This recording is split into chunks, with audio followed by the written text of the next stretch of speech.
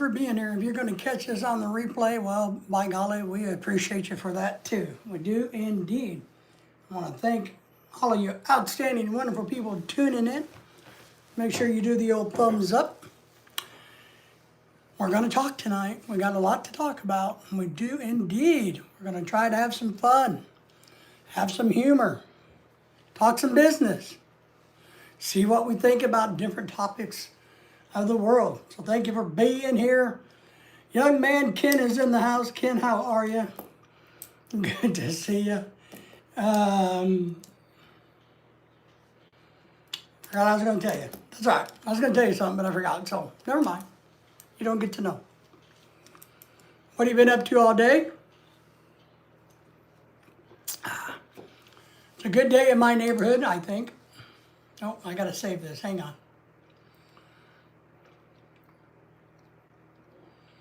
Let me save that.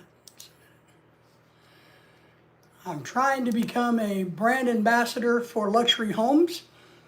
If any luxury home contractors out there need a brand ambassador, I'm your boy. I'm here. Not too bad. I napped. You need a nap? I need a nap. I moved my fan because it was bugging me, but now the fan's not on me enough, so I don't know what to do. I guess I'll just sit here and complain. Not for sure where my doggy went. My doggy went somewhere. It's hot. I know you said something that you thought you were getting rain or something, right? It's a hot day here. I'm just telling you. Get chat pulled up here. Get over here. Thank you guys for watching. Oh, I better tell Pat we're live. Hang on, I gotta go over and tell Patrick we're live. Or that we're live, not alive.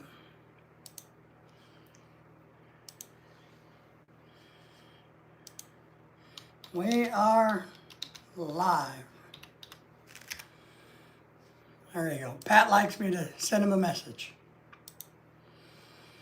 It rained earlier, now it's just hot. Yeah, it got to 100 degrees. Right now it's 97 degrees at 7 o'clock. It's pretty warm. We got a new thumbnail. Nice. That's good. Is it good? I'll try to find it and look at it. I'm sure it'll pop up. Let me close out some of these speakers. Oh man. Thumbnails are one of the things I hate doing. I hate making thumbnails. I feel like my camera's in the wrong position today. I don't like where my camera is. Tim is in the house. Chat, do you? And what do? Just kind of tell it what you want and it kind of produces something for you. So it's not a real image, it's an artificial image. So it doesn't have your real face or your real product or your real thing on it. It's just an imaginary product. Yeah, okay. I might give that a try and see how we like it. I usually like having mine to be a little bit more authentic, meaning me in it or the wife in it or something that's real versus AI generated. Tim, how is the Philippines? Hello, Ken. You can use real images. Okay, that's good. That's good. I didn't know that. I'll have to check it out and see. I do have a software program, editing program that I can make thumbnails, but it's AI based, you know, and I do some of that sometimes, but, you know, I know a lot of people are really good at thumbnails and some of us are not, and I consider myself no bueno when it comes to thumbnails.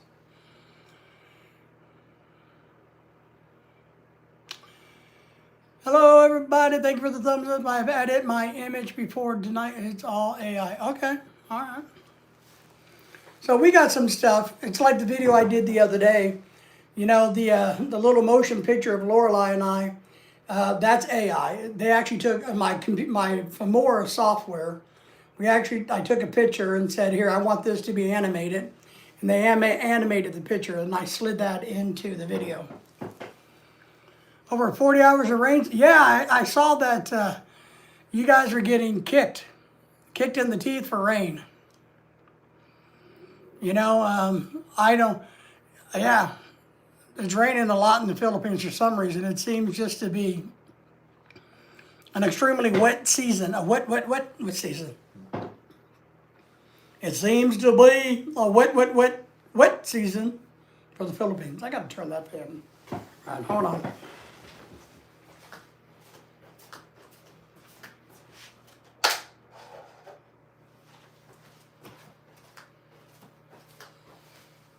All right. It's been 40 weeks, it seems, since we've had rain. That's kind of how it works for us. We haven't had rain in a while. We need some. It's supposed to rain. Oh, I got a Google alert on my phone saying there's a possibility of rain at 11 p.m. Like, well, that's interesting. Southwest Habagat. I probably pronounced that horribly wrong, and I don't know what that means. What does the word mean?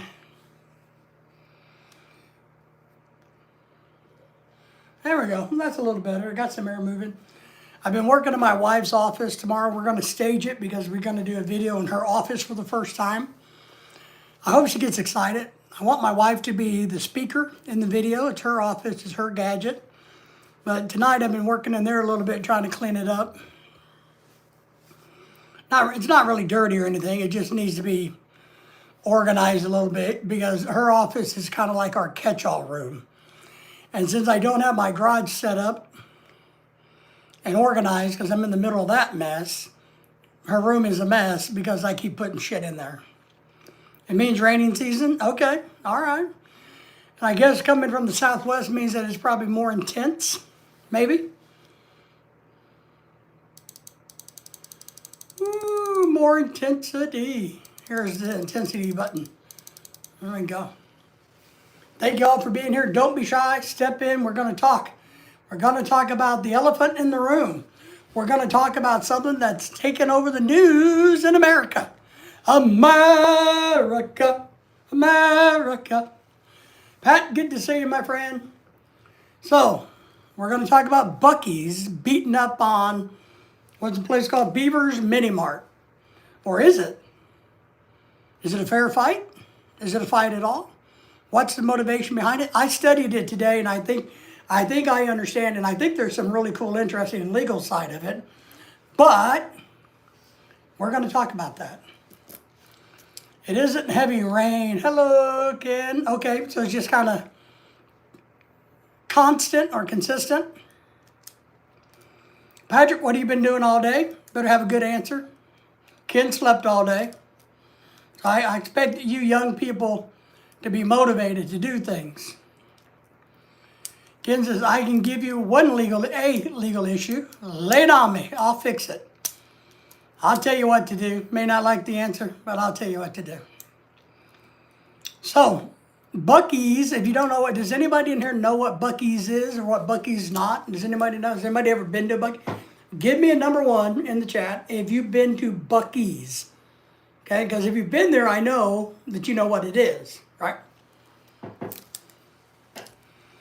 Yes, been to the Buc-ees. Ken says, yes, I have been there, so he knows what it is. Pat says, I've heard of it. I've heard of the damn place. I've heard of the damn place. I don't know. Tim has been in one. He's been gone so long. I don't think Tim has probably been in a Buc-ees. All you other people in the background, don't be shy. Come forward and give us your knowledge about whether you've been at a Buc-ees or not. We've been to a Buc-ees down in Texas. We had to go down to the land of Texas one time, and we drove right by a Buc-ees, pulled in, got some barbecue and gasoline. It took us 4 hours to get a barbecue and gasoline, and then we were on the way back to Houston, Texas. Been there. Let's see, Pat says, I've heard of it. My brother's been to it, and nephews, sisters have been too. The brisket is so good, but it's bad for your diabetes. It's a great big store and gas station. Yes, sir, it is. It has a beaver wearing a hat as their mascot. So apparently, Buc-ees is a prolific sewer. I'm going to tell you that. I've been looking and studying, and there's at least 20 lawsuits that they have filed against little bitty places. So at least 20 of them. And they're all settled out of court because Buc-ee pays them off, or the people fold because they have no money to fight Buc-ees. There's another one currently going on in Georgia about a teddy bear. The place is called like Teddy's Mini Mart. I can't remember the exact name, but it's down in Georgia. Down in Georgia where the devil lives. Place called, Teddy Bear. And they're suing it, saying that the teddy bear looks too much like their freaking beaver. There you go. They're trying to put people out of business. They're trying to be like Walmart and kick everybody's ass and beat them. James is in the house. Woohoo! James, I went there for a milkshake and fudge. Nice. Was the milkshake good? Was the fudge good? James says, unfortunately, there's no Buc-ee locations in California. Yeah, I can understand. I don't think Buc-ees would be allowed to operate in California, to be honest, under all the rules and regulations. I don't think they would be allowed in California. I don't think they would go to California. I really don't. Apparently, there's over 20 lawsuits that they filed against little gas stations and convenience stores around the country, claiming copyright infringement. And so what has happened, and this is all over the internet, and I've been watching it for several days, Buc-ee's decided to take on a place called Beaver Creek. The town's called Beaver Creek, and it's called Beaver Creek Mini Mart. It's a hole-in-the-wall, dumpy little place, kind of like an old rundown Speedy Mart or something like that. I mean, it's been around, beaten up, and looked around. The name is only, maybe not super old, but the building is, It's been a cheap old gas station, community gas station for years and years and years. Well, somehow it got on Buc-ee's radar. Big old Buc-ee the buck-teeth Buc-ee. And they've decided they're going to sue them for copyright federally. Here's the funny thing. The milkshake is good enough to drive an hour for. Woohoo! Nice. Yeah, I might do that, Tim. I might drive an hour for a milkshake if it was really good. I would probably, I don't know, maybe a malt. I like malts better.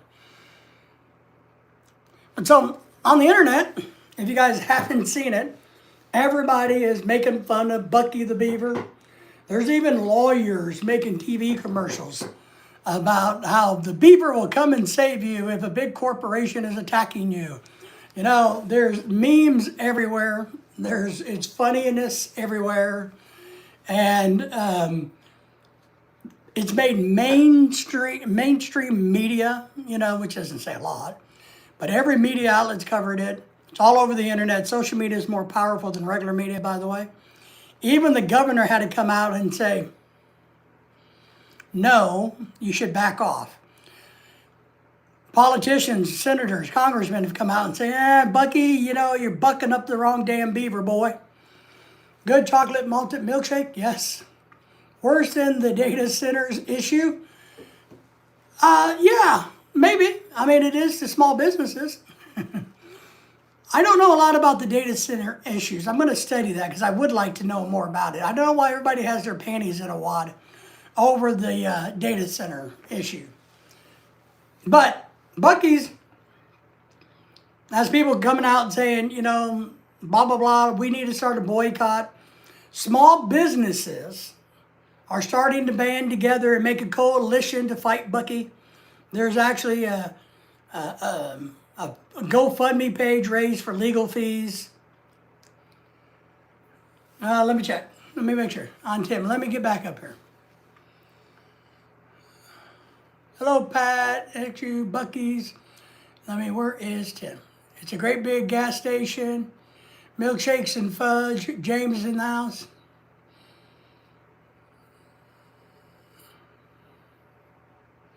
Above Tim's. There is one going to close to you, and the whole area has a lot of its mine on both sides of the data center. Talking about not a Buc-ee's, but a data center. All right. That's interesting. We'll have to talk about that and see if we can figure out what's going on at the data centers. I don't know. I know everybody's concerned about the damn water, and I don't quite understand why. Well, Tim says the data centers use too much electricity and water, but if they're paying for it, who cares? Oh, there's a Buc-ees by you. All right, so no. Well, hell, Ken, spell it out correctly. You know, we got two lines of thought here. We're talking about damn data centers, and we're talking about a damn beaver. You know, what are we talking about?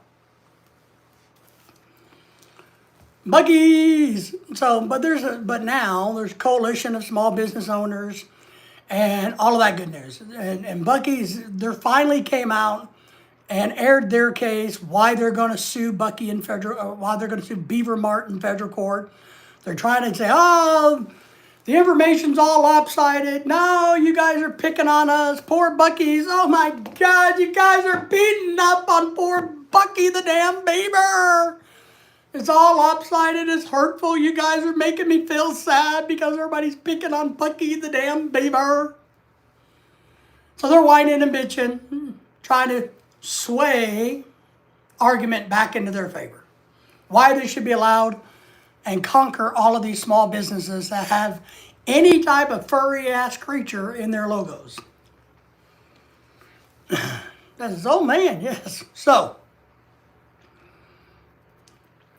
what will probably happen, either Buc-ees will give up or the store will call them and say, okay, give me $1 million, I'll change my logo, and Buc-ees will do it. And they'll give them the $1 million.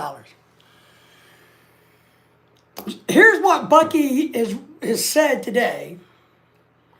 And if you listen to their statement, what they're really pissed about, and here's what it is. Buc-ee's is really pissed off because for the last 6 months, they've been trying to email, send letters to, call Beaver Mart, and Beaver Mart has said, I don't want to talk to you. I don't want to talk to you, you smelly ass beaver. They're pissed off because this little store wouldn't bow down and call them back and say, oh, Buc-ees, we are here. We will here to serve you, Buc-ees. They're pissed off because the guy wouldn't return their calls. That's why they're mad. It's going to open in 2025, it was. So, or 2028. So, that's really, because he point blankly talked about, well, we have sent them so many emails, we've made so many phone calls, we've sent so many letters, and they have not responded to us at all. That's why we had to file the federal lawsuit. So their feelings are hurt that King Buc-ee didn't get a return phone call from somebody who doesn't really give a shit about Buc-ees. I think that's interesting. I do. I think it's interesting. I think it's arrogant. It's probably something I would do. What? You're not calling me back? Wow. You know, probably something I would do. But here's something that's interesting. When the governor of the state comes out and says, it might be time to really start backing off, right? When you got coalitions of people starting to go, we're going to boycott you. They're boycotting the one close to Beaver Mini Mart at Beaver Creek. They're boycotting it. But you don't want to get a national image of being a bully. And that's kind of like Walmart. Walmart's a fucking bully. Walmart's a bully. Walmart is a bully, a bully, a bully, period.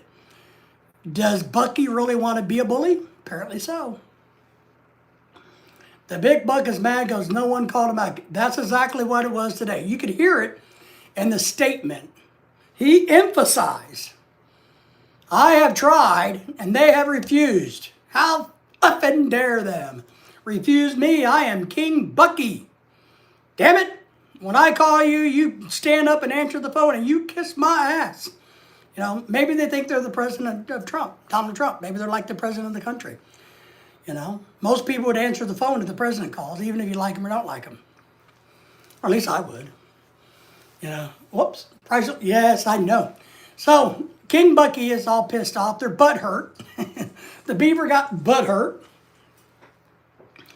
Now, unfortunately, I do think this little beaver mart will probably cave in some way, shape, or form.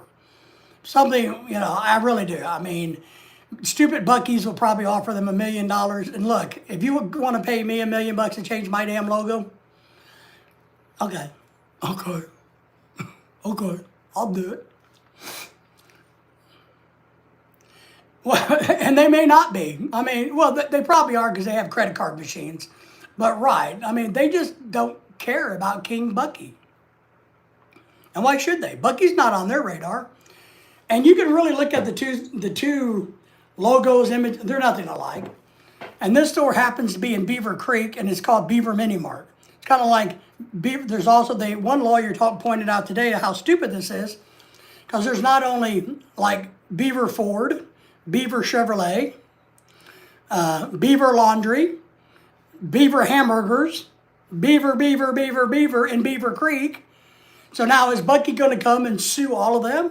And some of the small businesses are saying they're terrified, like the little hairdresser, Beaver Hairdresser, is terrified that Buc-ee's going to sue her because she used the word beaver in the name of her business. Bidding war bees again. $500,000 for me. Well, yeah, all I need is 500,000. I've decided I no longer am e-begging for 5 million. I'm only trying to raise 500,000. That's what I'm trying to get to. Beaver message, asking for a friend. Beaver massage, there you go, asking for a friend. Happy Beaver massage. So there you go. So that's part of the interesting thing. I do like the fact that small businesses come together. I do like the fact that people support small businesses. One thing I did when I was at the college teaching, one of my jobs was procurement for my division. I handled every dollar. Every dollar for the division came through my office. And I worked really hard to support small and local businesses versus gigantic ones. But they're like Walmart. If you don't know, Walmart's a bully. Walmart, I live in your own building. I live on the second story of your high rise.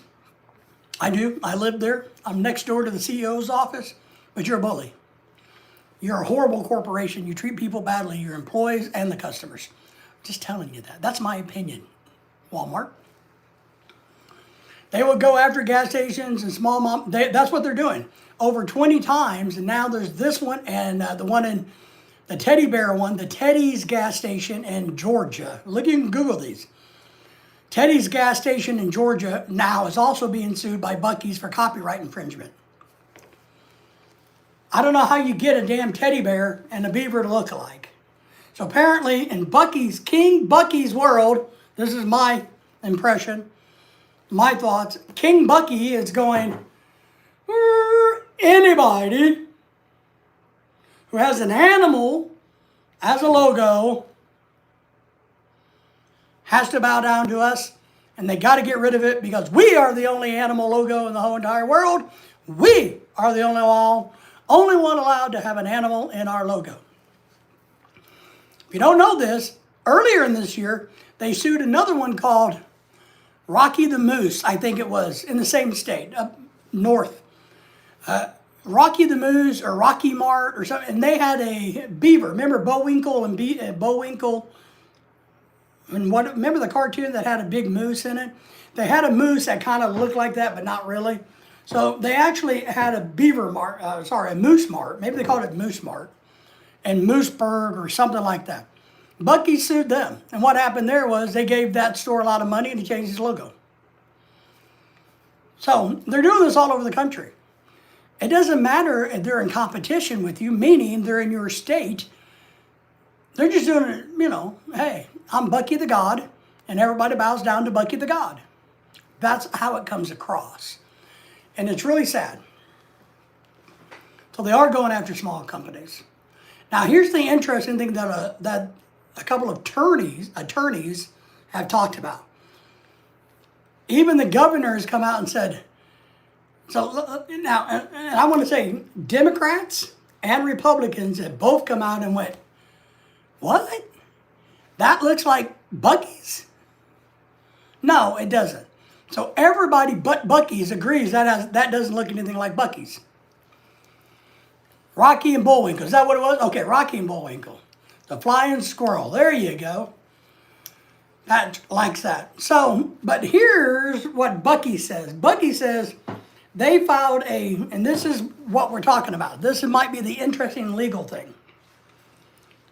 Buc-ees filed a federal lawsuit for trademark infringement against this Beaver Mart because they said Beaver Mart filed for a trademark of their own brand, Beaver Mart brand. And they want to make damn sure that Beaver Mart doesn't go nationwide. They don't want another beaver or another animal competing nationwide with Buc-ees. So apparently no other beaver store, animal store, dog store, anything can go nationwide because that would be infringement upon Buc-ee's King Buc-ee, God Buc-ee, Buc-ee the God. So here, I'll explain this to you, Ken.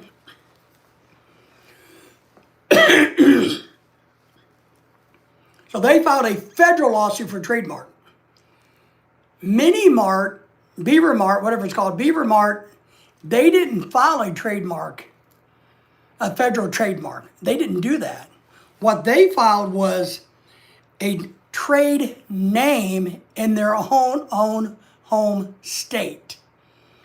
And what that does, it allows them to do business as this name, Beaver Mini Mart, concreted in. Because before this, I guess it was something else. So they wanted to confirm in their state, not federally, that they wanted their trade name. That's what they applied for. Was not really a patent, but approval through the state, patent their name called Beaver Mini Mart. Not federally and not a trademark. So some of the lawyers are going, well, is King Buc-ee so stupid that they don't know the difference? Is King Buc-ee so blind with their own arrogance and power that they're just going to throw these all out and scare the shit out of people and make them go running for the hills? Even though Mini Mart never filed a federal trademark, he filed it in the state for the name of his business. Not the logo, but the name of the business. So that's the interesting thing about that. State versus federal. So how can you bring a federal claim if I never did anything federally? If I only did it statewide, in my state, and I follow state rules. And the burden of proof is much different on the both, apparently. So federal trademark has these criteria for infringement. Trade name has its own set. And that's like doing business as Beaver Mini Mart. That's what it filed. But King Buc-ee, Lord and Master Buc-ee, decided, no. We are the only animal in the world that can have more than one store. And they have said, King Buc-ee has said, if Beaver Mini Mart comes out and says, I promise and legally sign never to have another Beaver Mini Mart, we will drop the lawsuit and we will let them keep their store. They cannot become a franchise. They've come out and said the solution to this is for them to agree never to become a franchise. Gee, what is this, communist Russia? Or communist China? I thought we had fair competition laws in America. I thought if you came up with a great business concept, you can compete for the business in the world. That you can have a chain of restaurants, McDonald's and Burger King.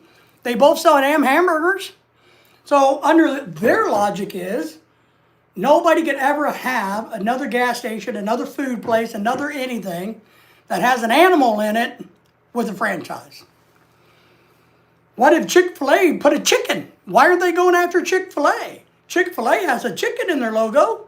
Hey, that might look like a damn beaver to some people. You better go after Chick-fil-A. Bow down and kiss the ground. So that's part of what the fun and interesting thing is. And to be honest, if we had a Buc-ees, I wouldn't go to it just because of that. I don't like corporate greed and bullies. I don't like police officers or bullies. I don't like people that are bullies. I don't like businesses that are bully. I just don't like them. Should I scour the internet to see if the KSL is being used elsewhere? You can, but did you trademark it? No. Let's see, any other notes I made? That's pretty much it. King Buc-ee, Lord and Master Buc-ee, has decided no. Well, they'll drop the lawsuit if the poor little gas station says, I will not ever have another gas station besides this one called Beaver Mini Mart.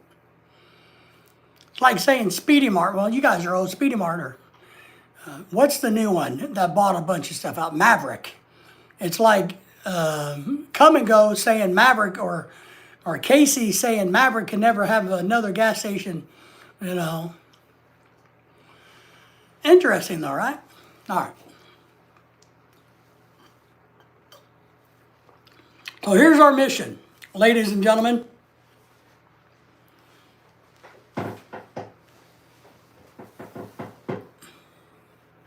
Here's our mission. Everybody's going to go to Beaver's Mini Mart. I want you to do that tomorrow by noon and buy a whole bunch of food. To support them out. They do have a GoFundMe page to help fight their legal thing. Now, my big deal is think twice before we patronize large corporations, before we support small businesses. I really am a big fan of small businesses, small restaurants. When I did the procurement at the office, over $1 million went through my hand every year. I tried really hard to find local sourced items that we needed.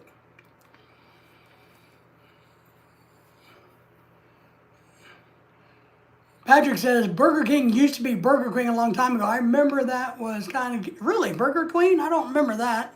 Maybe there's a Burger Queen in competition. I don't know, Patrick. Because I was just wondering, when did the smaller market open? The gas station's been around for 20 years, 20 so years. It's been around for a long time. But it's had a different name. It's had a different name.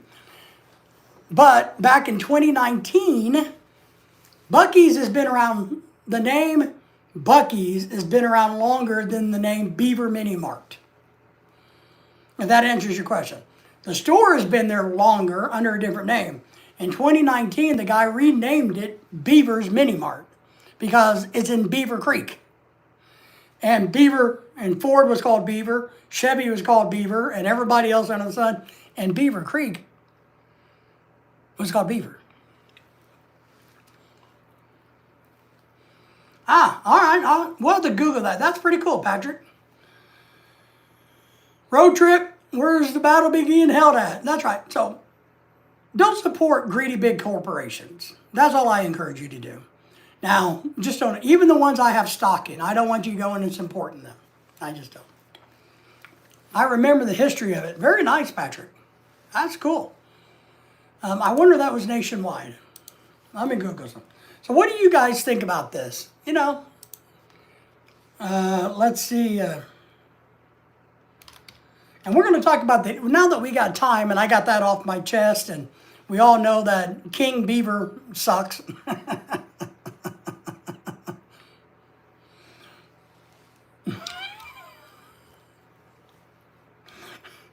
I was going to make a nasty joke, but I didn't do it.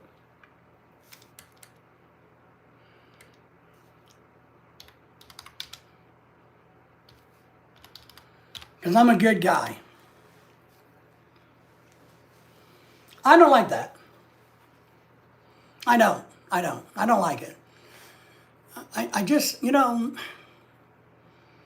I think it's hard enough for all of us in general to make a living, and then to make a living that gives us a decent quality of life, versus the corporate greed that goes on, not only in Beavertown and Beaver City in Texas, and Buc-ee's the Beaver's basement, where they're probably hiding other stuffed animals as hostages. They're probably beating them and torturing other stuffed animals.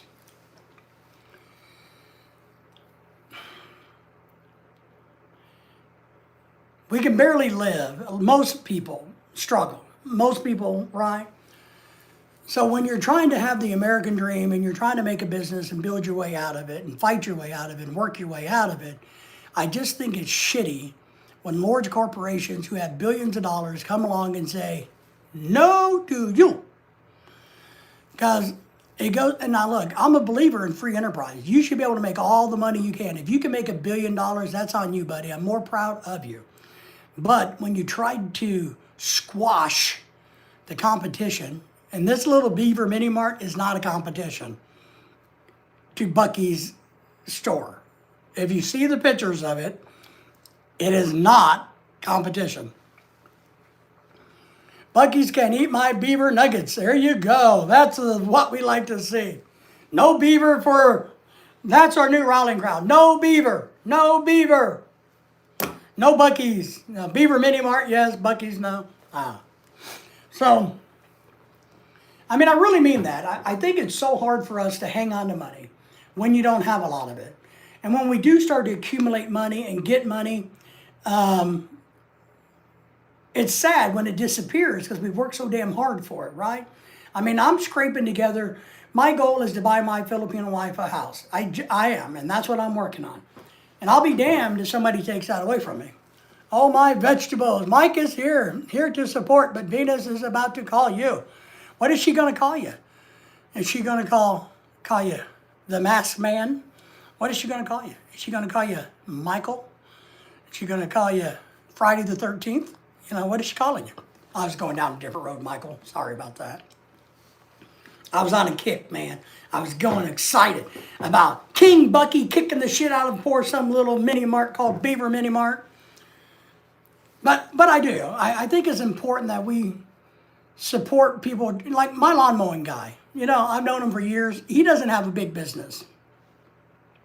He's not one of these guys that drive around in a big dually pickup truck with a big trailer behind him saying King's Lawn and Garden.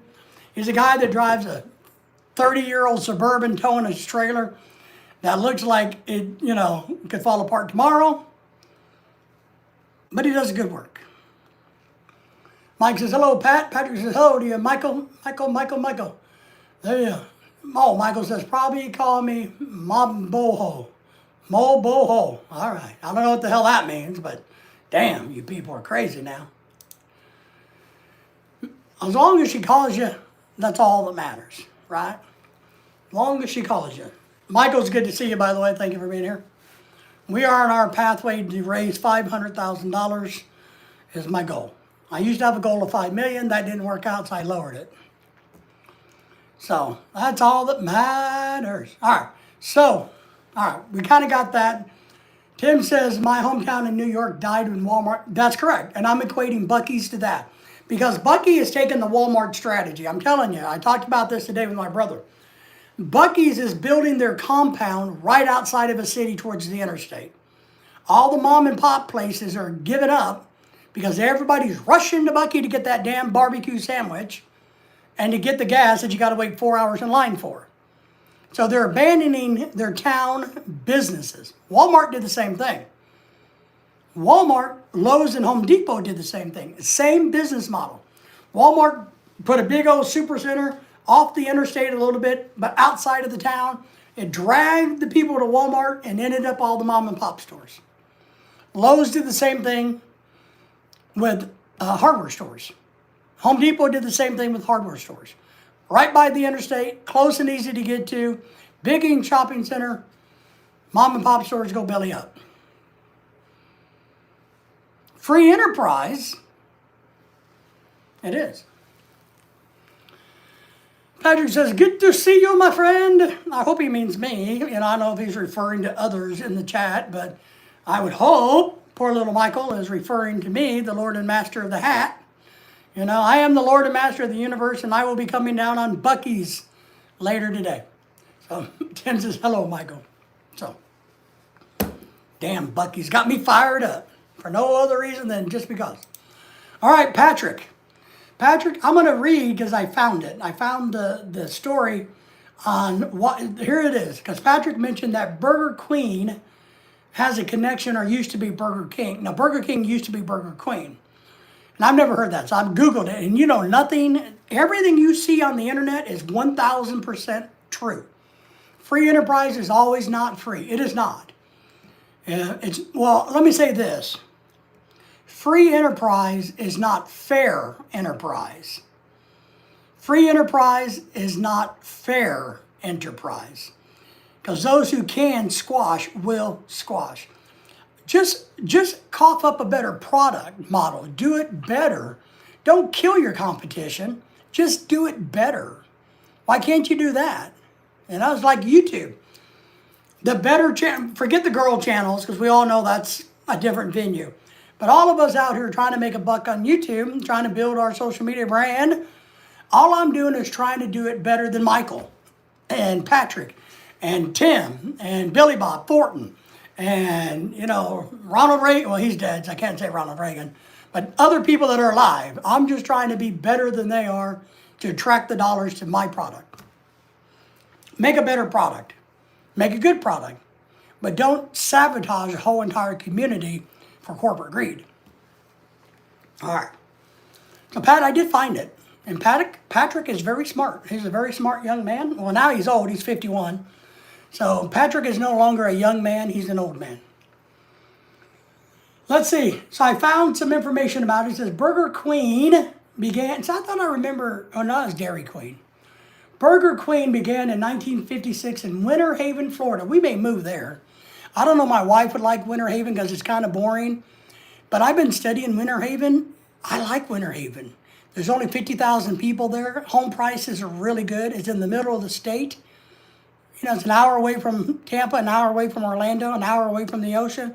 Has a lot of lakes. I like Winter Haven. But I think my wife would find it boring. I mean, we have 1 million people living here and she finds it boring. All right. So Burger Queen opened up in 1956 in Winter Haven, Florida. Founded by Harold and Helene Kite. Burger King opened up in 1954. Guess where? Guess where Burger King opened up 2 years earlier? Burger King. Guess. If everybody guesses right, you know what you're going to get. You're going to get a topless photo of me. That's why nobody answers. Is that why you guys don't answer the questions? Because I offer a topless photo of me? What if I offered a topless photo of Pat? Would you answer the questions then? All right. Both Burger King opened up in Miami, Florida. Both Florida companies, which I didn't know. And thank you all for the super chats. Thank you all for thumbs up and subscribing, liking, and sharing the channel. Both offers burgers and fries, milkshakes, but Burger King also added fried chicken, seafood, and salad bar as it grew. That would be pretty nice. Having a kind of like Jollibee without vegetables. So name and branding issues came along. The Queen in Burger King's name caused trademark trouble for Burger King, leading to a long time legal battle. Got to give it a lip. Got to give it a right. Woo! We're going to battle the burgers. It also faced legal action from Dairy Queen. I remember Dairy Queens. Who use the Queen. So Burger Queen is getting punched in the face by Burger King and is getting slapped across the face by Dairy Queen. Bastards. And the name which Dairy Queen claimed infringed upon its brand. Ken says, sorry, I was researching the location of Buc-ees issue 2 hours away, maybe a road trip. There you go, take the road trip and tell Buc-ees to F off. Don't buy anything at Buc-ees when you go. Don't do it. Go to Beaver's Mini Market and get your gas. All right. So, in the UK at this time, a chain was renamed Huckleberries to avoid offering the British royal family. Okay, I don't know what that has anything to do with Burger King. But it gives me this weird-ass sentence. In the UK, a chain was renamed Huckleberry to avoid offending the British royal family. Who gives a shit? Goddamn British. They lost the war. They got their asses kicked left and right. Offend them. Offend them. We don't care. You know, they'll come crawling to us going, please, Americans, save us, America. I know we hate you, but come and save us. All right. Man, I'm demented tonight, ladies and gentlemen. Woo! Woo! All right. Rebranding and the decline of the chain. In 1981, Burger King changed its name to Druthers. Now I think I remember this. I think I remember watching a documentary about this a long time ago. So they changed the name to Druthers to avoid the trademark conflicts and to reflect a broader menu. In the 1990s, Druthers became a territorial operator of Dairy Queen in Kentucky and surrounding states, converting 100 locations into Dairy Queen franchises. So later on, after Dairy Queen got done slapping the bitch out of Burger King, it decided it would buy a bunch of their restaurants and say, thank you, Druthers, for changing your name. Now we're just going to buy you out because we ran your business into the ground. We took your name away and nobody knows what the hell Druthers is. What does it mean?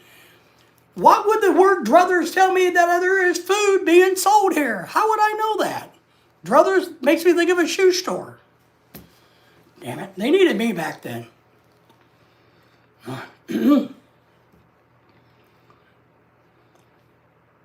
So, as of today, there are no active Burger Queen restaurants. The Druthers location still exists in Campbellville, Kentucky. Hey, you guys in Indiana, I want you to go down to Campbellville, Kentucky, and eat at Druthers. Is that very far from you guys, Ken? And you know, you right across the border? Or is that Ohio that's across from Kentucky? No, that's Indiana. Let's see. The name Burger Queen is now a historical brand with no direct connection to Burger King. In short, Burger Queen and Burger King were both Florida-born chains in the 1950s. But they never merged or partnered. Burger Queen's name conflicts lead to rebranding as Druthers, and eventually most locations became Dairy Queens. There you go. There you go. Burger King, right away, thinking of Burger King, I know this is really kind of weird and off topic. Burger King apparently is going through a rebranding. Did you know this? They got a whole new, and I was at Burger King the other day, and I got to admit, I was scared and shocked because they were nice to me. Apparently, Burger King has started to retrain everybody on how to be polite. They're training them how to be polite to people. I was shocked. We were at Burger King, I ordered something, and they were very friendly, and I'm just sitting there going, what the hell's happening here? Then I come home and see that the CEO is retraining managers to retrain everybody else. They're rebranding it. They're reemphasizing it. You can have that damn Whopper any way you want it, whether you like it or not. And if it's no good, you bring it in, we'll give you another one free. An additional one free. But they are rebranding their people.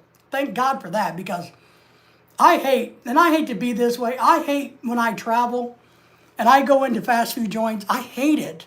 Because you know you're tired, you want to get out of the car instead of going through the drive-thru. You want to go inside and stretch and move around. I hate it when I go inside fast food restaurants because I don't know what I'm going to get. I don't know what asinine people are behind the counter. I don't know what rejects from hell are behind the counter. I don't know what rejects from Walmart are behind the counter. And if you're a reject from Walmart, that's pretty damn bad. Just saying. All right. Campbellsville, Ken says, yes, I will go there tomorrow. 200 miles from me. Well, that's only a 4-hour trip, 3.5. You can do it. Road trip. And they were a really good place to eat. Druthers was. Druthers makes me think of the Smothers Brothers. See how it rhymes, Druthers, Smothers? Remember the Smother Brothers? Remember the comedy team? That's what makes me think of. Man, I am so glad we figured that out tonight. We are just kicking ass. We're kicking ass taking names. There is not a live stream in God's creation that can do better than we can collectively. I'm just telling you. I don't give a crap what anybody says. The girls with the titties flopping around, you still can't do better than us. I'm just telling you. The ones that Pat got to see the nipple slips on, you can't do better than us. We're better than you. Just want to clarify that. Get that caught up. Ken says, I got to pause. I got to pause. I got to take a pause. All right, so thank you all for thumbs up. Now, what else should we talk about? What else should we discuss? What other things would you guys want to know about or talk about? What other interesting facts in the world are there that you guys and I would find very interesting?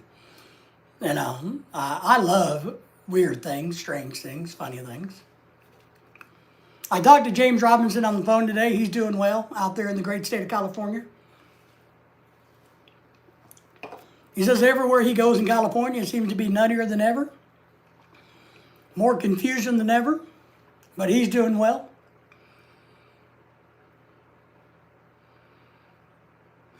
I know, Tim, I know. I realize that it's not easy for the fast food places to be positive when they are very understaffed for the dollar value they generate. I agree.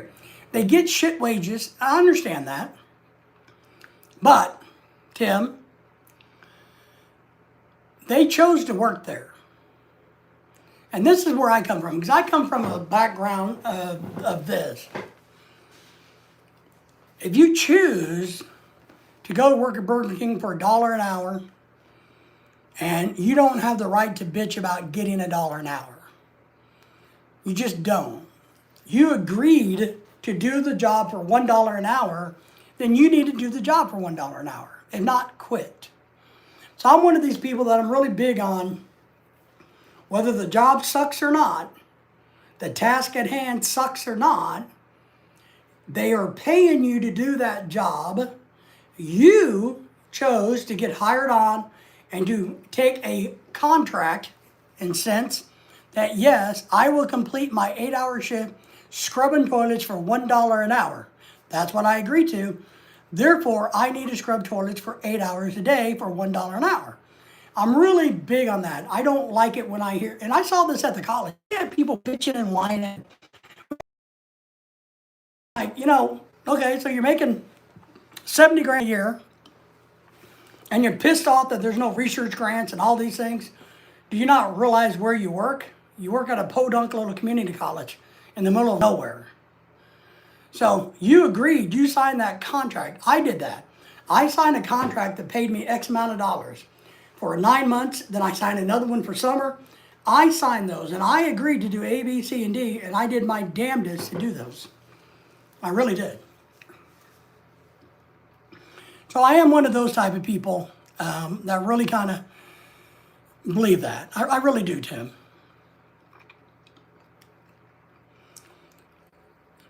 Fast food places were never designed to be a long-term profession. They were not. They were designed for high school kids to work. They're kind of that way. Now, I've known people that have gotten started at the bottom and worked their way up. Become store manager, then you become regional manager, and you can make some decent money once you get through there, but you got to put up with it. You got to get through it. And so you can be successful. You can make money in the restaurant industry, the fast food industry. But is it the most profitable? Restaurants, I don't know. I'm not from a business model or profitability model, I worry about restaurants. I would never own restaurants because there's too much that could go wrong that would kill my profit. One, I could get my food costs wrong. Two, the electricity could go out for 2 days and destroy all of the product I have. Three, the people can come in and do a TikTok and yell and scream and piss all over my bar or my tables, and I got to hire a cleaning crew to disinfect the place. I can't do anything about the crazy ass people coming in and destroying my business. Can I have them arrested? Sure. What are the police going to do? Nothing. They don't care. So I'll feed them a hamburger that has piss on it, and we'll see if they like it or not. But you know what it means? I would never really own restaurant franchises because we looked at that. We looked at how much it would cost to open a Jollibee here. I've looked at how much it costs to run a Chick-fil-A. I don't like the Chick-fil-A model.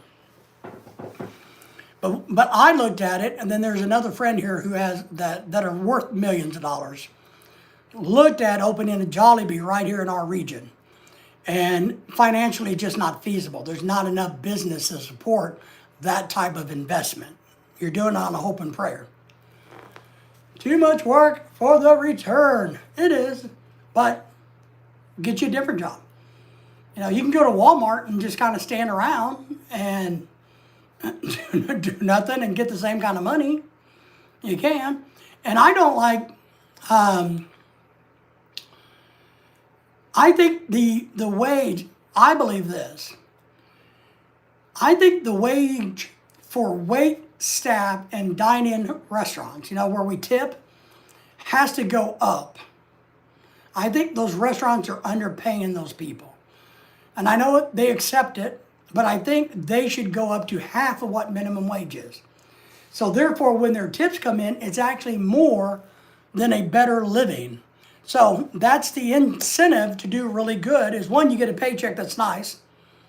Two, when your tips come in, you look at it and go, wow, I made a lot more than I would have on minimum wage. Woohoo! But what do I know? What does David know? All right, let's answer the other question.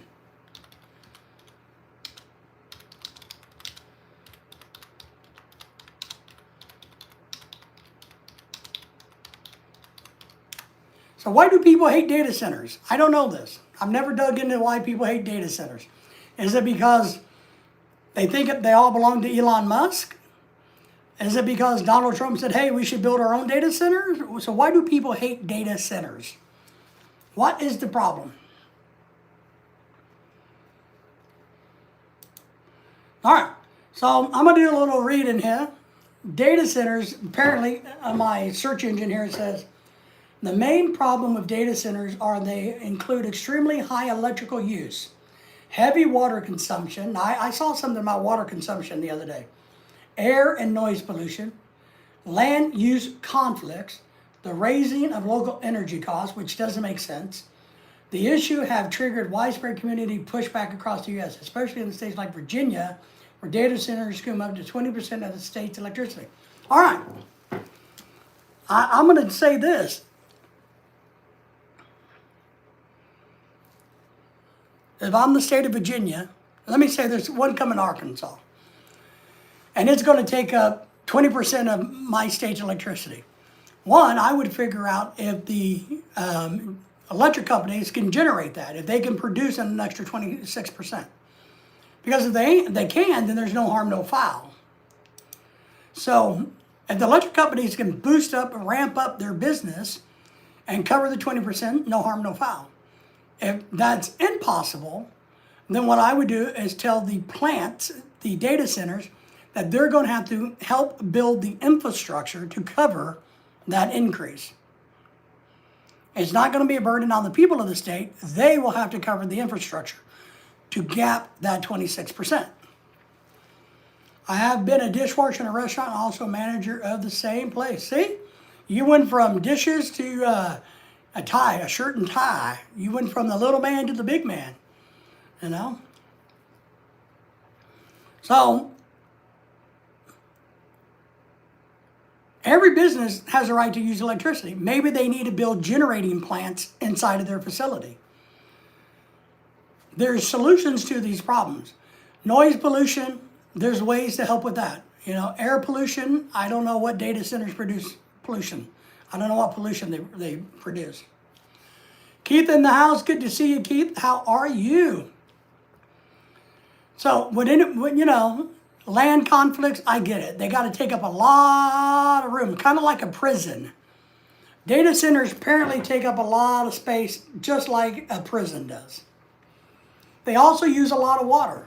Well, I saw one talk where the guy said, look, we used water, basically the majority of the water one time. And I mean, what I mean by that is they recirculate the water. The water is going to chill and cool. It cools, it goes back into the system. It's just recycled throughout the facility. Now they do tap into water for like toilets and everything else, water consumption there.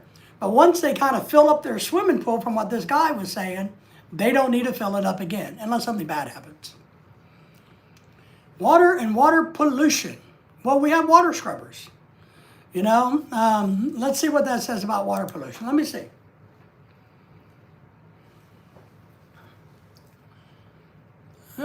Heavy water use. Many centers use millions of gallons per day for cooling, sometimes up to 5 million gallons. All right, but here's my point on this. And I'm not pro pro data centers or against data centers. I don't really care because I don't have to deal with it. It's not on my plate. It's not in front of me, so I don't have to deal with it. Are they saying that they're going to take the water from everybody? Well, then just design it that they can't take the city water, that they can't take away from houses. You know, there's ways to say, look, data center, if you want to be here, which we would greatly love to have you here because you generate a lot of money and workers, but you're not going to take away from the citizens' water or their electric. So how are you going to do that? And I'm telling you, these people are smart enough to make an enclosed system, to use the water, right? To use solar for energy. The rooftops. Elon Musk always talk about, look, if we would quit messing around and just put solar panels on all the rooftops of all these damn buildings, it would generate more electricity than we can handle. Air pollution, they're talking about that.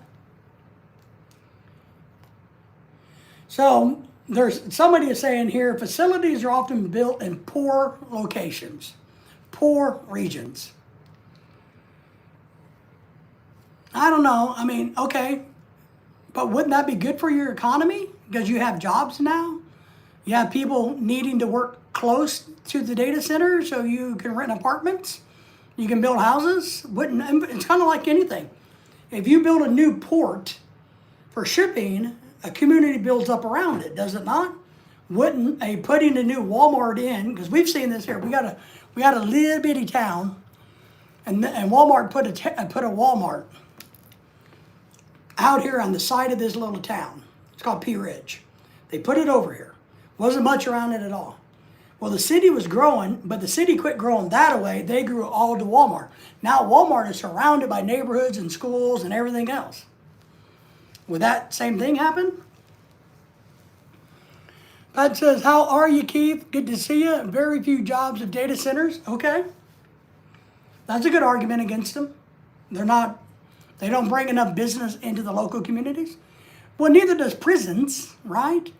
So I got a family member that works at prisons. That's why I asked. Not that lives in a prison, that works out of prison, just to clarify that.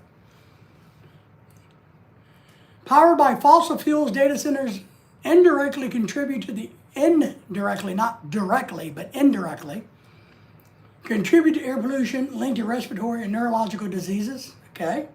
Backup diesel generators worsen local air qualities during outages. Okay. I could see some of that, but so wouldn't Walmart, prisons, schools, county buildings. I mean, you got large facilities.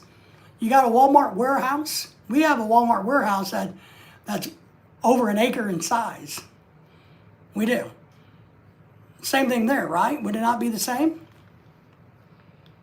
Land use conflicts. Data centers occupy thousands of acres, replacing farmland and green space.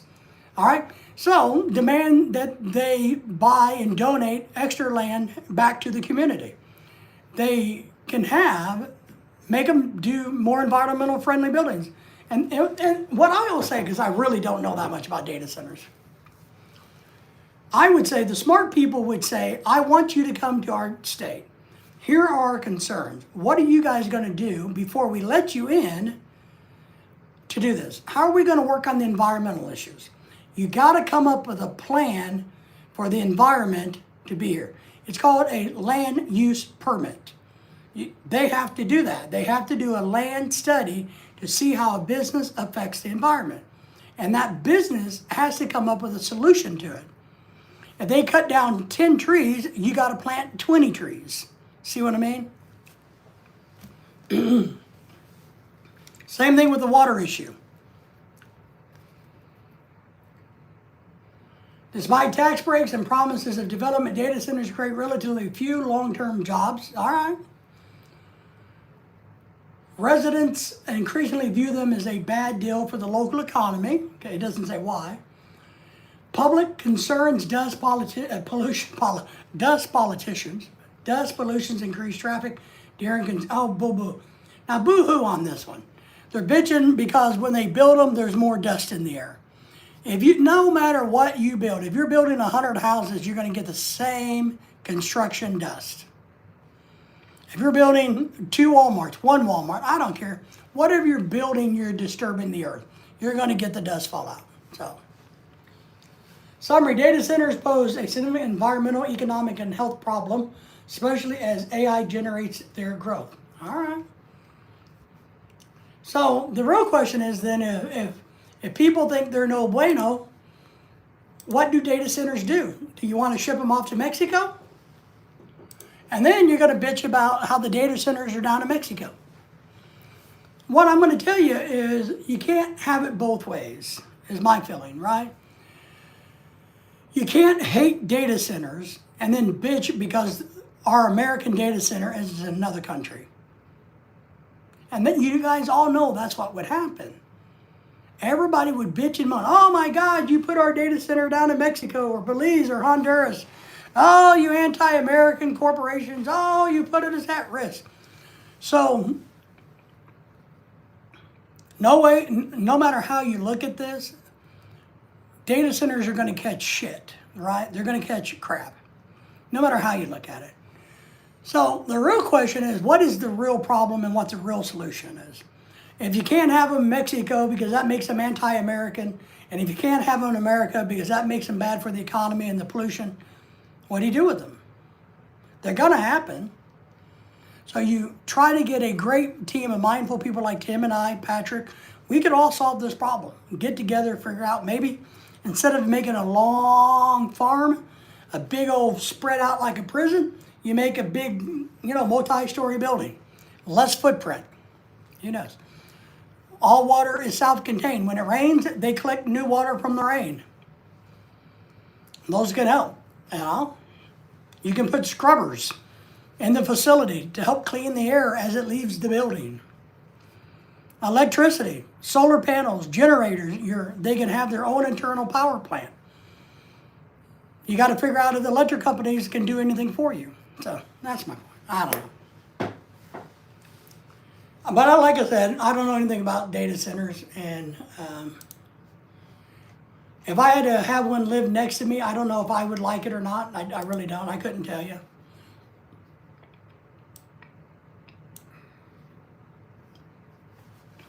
Tim says it's a no-win situation. It is. It is.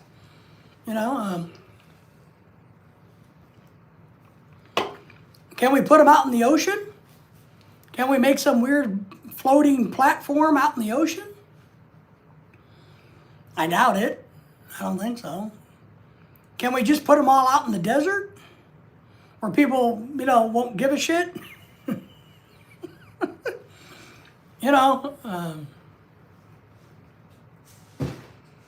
I don't know. I don't know what the solution to any of that is. I don't know what the solution to Buc-ees is besides not going to Buc-ees. So, crazy. All right. Enough of that type of garbage talk. Let's move on to something that's more entertaining, which is, I don't know what. There has to be something more entertaining out there. What's going on in the Philippines? Let me Google what's going on in the Philippines. News from the Philippines.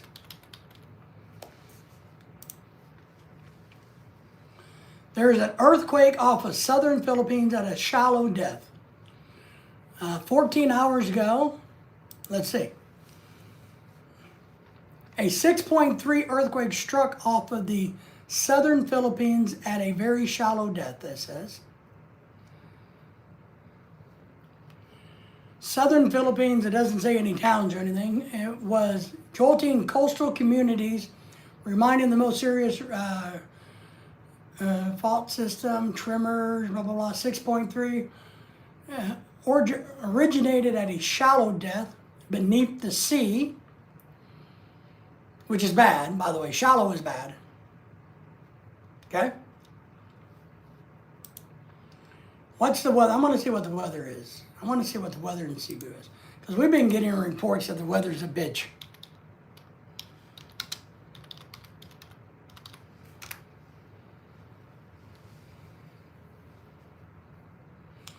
Yeah, we've been seeing videos coming out of the Philippines in our region about flooding conditions in Cebu. There is a moderate flood risk, general flood advisory in Cebu.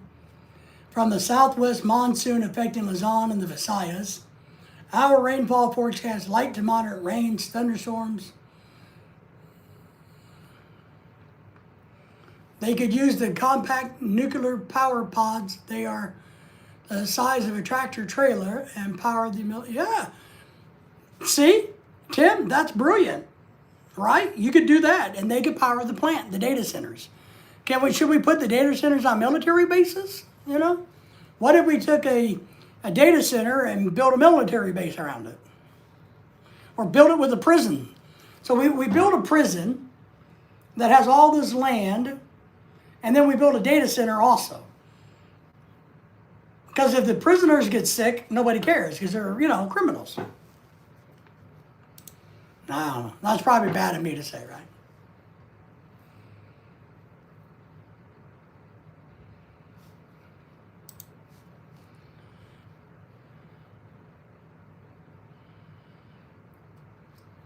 I don't see anything else going on.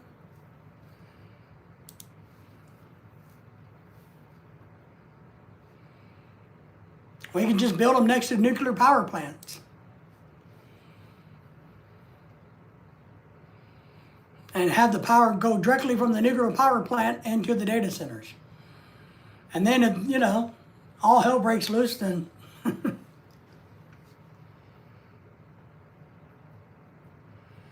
I'm trying to see if there's anything I understand about what's going on in the Philippines. Cat's Eye Sophia takes temporary break to prioritize mental health and wellness. So one of the Cat Eye girls has taken a break. That's made the news. Vice Gandhi signs a new ABS-CBN contract. We saw her in Oklahoma down at one of the casinos when she was in America. She, I don't know. She was in America. We saw her. So she signed a new multi-million-dollar contract. Somebody named Liza is becoming a superstar. Nobody cares about that.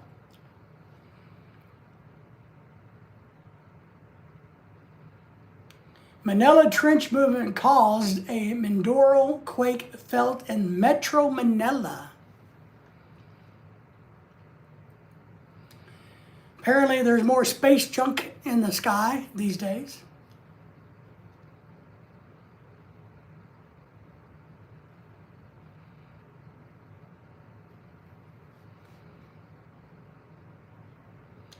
Labor groups protest the TRO and P85 wage hike in Metro Manila.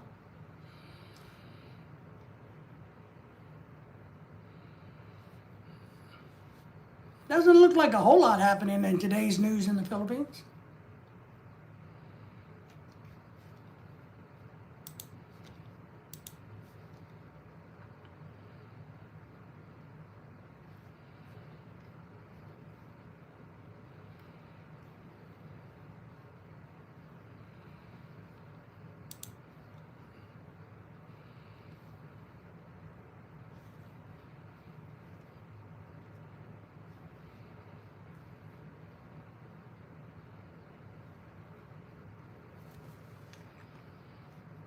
Huh.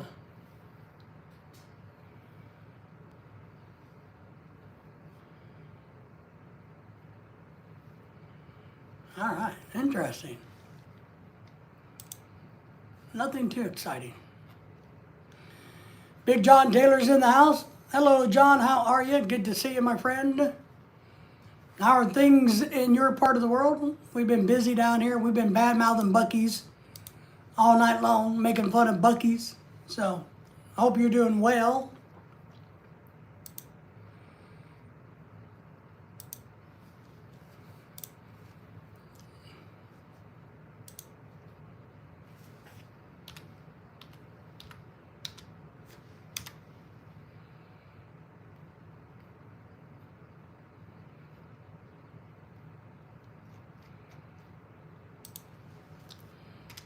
Trying to look some things up here. Rough day. Well, that's understandable. We gotta look at. Hold on. That's not me. Well, the good news is we always have rough days, and tomorrow is a new day. That's the only good news, right? Tomorrow's a new day. Hopefully it won't be as bad as today, right?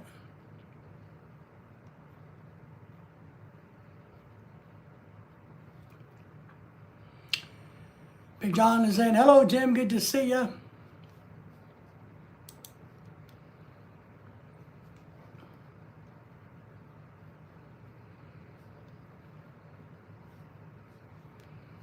We got a lot going on tomorrow. We're going to a birthday party at Chuck E. Cheese.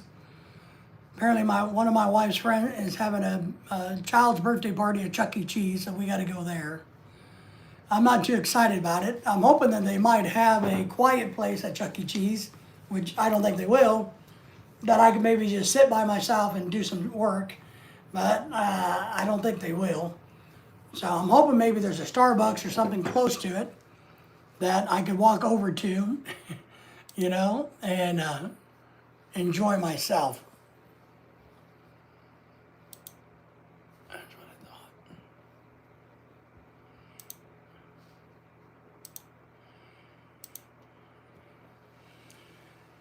But she wants to go. You know,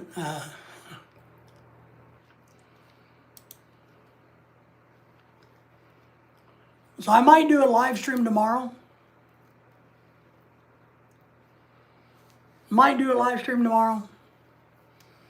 During the day, during the afternoon. If I find me a nice place where I can just sit and be quiet without watching kids or being interrupted or people listening to my loud voice, I might just sit there and kick back and do a live stream tomorrow so you guys be on the lookout for that. You know.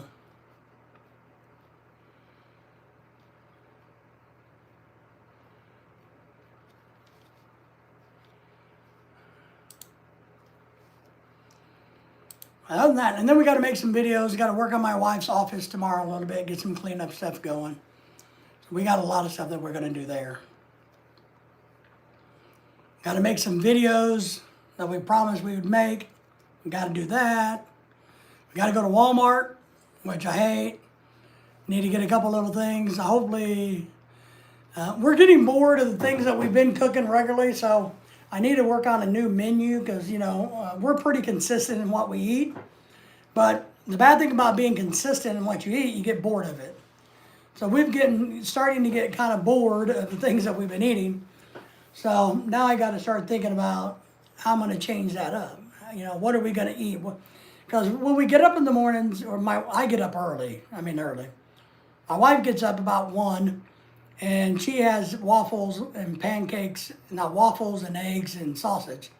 And then I usually cook lunch, like for me, and that's what she takes to work for her dinner, and it's kind of like my lunch and dinner. So we got to figure out something new to do. I've been making chicken Alfredo, which is good, so that's something we've switched to. We don't like a lot of biscotti sauce bases, the red sauce, the acid in it is a little rough. So we don't make a lot of those. So we gotta maybe find a new. I'm hoping I can find salmon with skin on it. We really like salmon. And a long time ago, we used to buy individual pieces of salmon frozen that we ate a lot. So I'm gonna look for those this weekend, so that maybe we can switch up the type of fish we eat. We've been eating a lot of cod. We eat cod every week, so maybe it's time to switch up to a different fish. We don't like the fake meatballs that you buy at the store. They're not real meat, and they just taste like some weird product. They don't taste like real meat, you know? So we don't like those. I don't know what we're going to do. We got to find some new ways. My wife's not a big fan of pizza. I would probably eat pizza every day. But she's a fan of pizza. And she's not a big fan of lasagna or other Italian dishes at all. She's really not. Too much tomato sauce, I guess. So, got to figure something out. We do buy some steamed dumplings and things like that from the Asian market. And I steam those up, and those are pretty good. But then again, you get bored of those. We got to work on changing up the menu. I've been making homemade bread. I'm gonna make, I don't know, I don't think I need to make homemade bread this coming Monday because we have plenty of bread that I've made. But down the road here, I'm gonna make some bread, some more breads, and freeze them so that we have them. So I'm working on that, and I got a couple new recipes I'm gonna try. I'm gonna make some rye bread.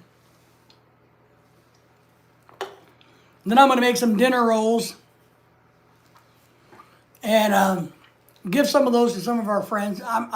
What I want, that's what I need to do. So, because there's a little bit, the funny thing is, I've been posting pictures of the bread that we've been making. And apparently some of the Filipinas are not happy with the thought that I'm making bread. I think they think that I am muscling in on their Filipino bread territory. Because a lot of these people make homemade bread and tries to sell it to other Filipinos. So I think they think, because I posted on Facebook to look at my cool bread, and I make cool little YouTube shorts, they think I'm trying to muscle in on their territory. So, you know what David's going to do? You know what I'm going to do? I'm going to study how to make Filipino breads, and I'm going to make them, and I'm going to piss them off. I'm not going to sell them, because I don't really care to do that.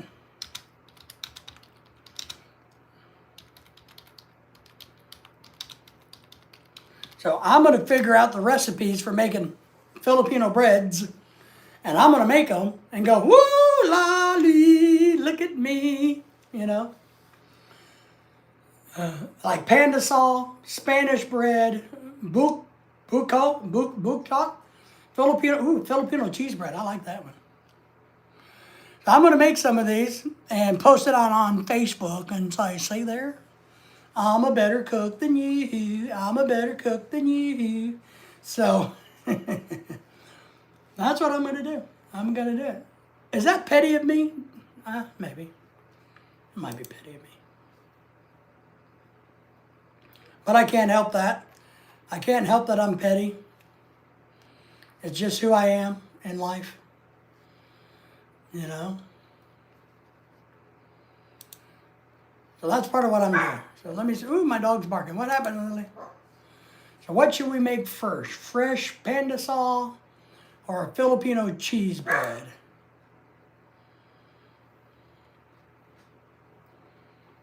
Oh, let's see if we can find the recipe. Well, apparently not. Oh, here it is. I like cheese bread. Well, they even got a video that I could watch to learn how to make it. Well, that's pretty good.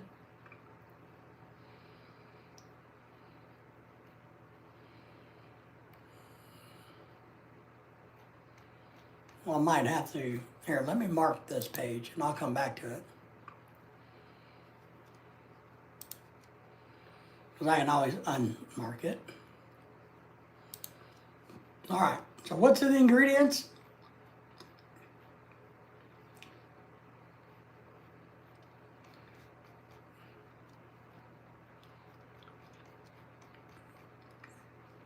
I do have a Filipino cookbook that I've learned how to cook a bunch of dishes out of. But I probably got some bread recipes in there. I need to pull it out and look at it.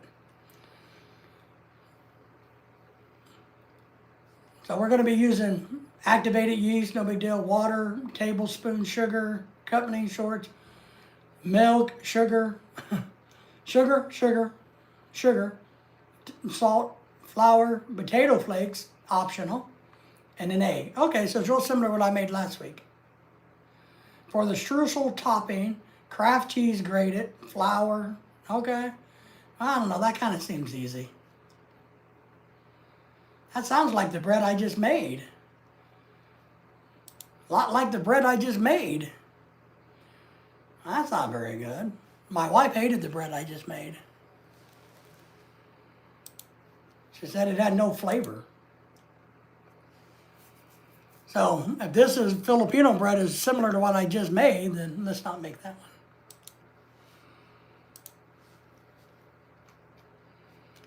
Let's see, how do I make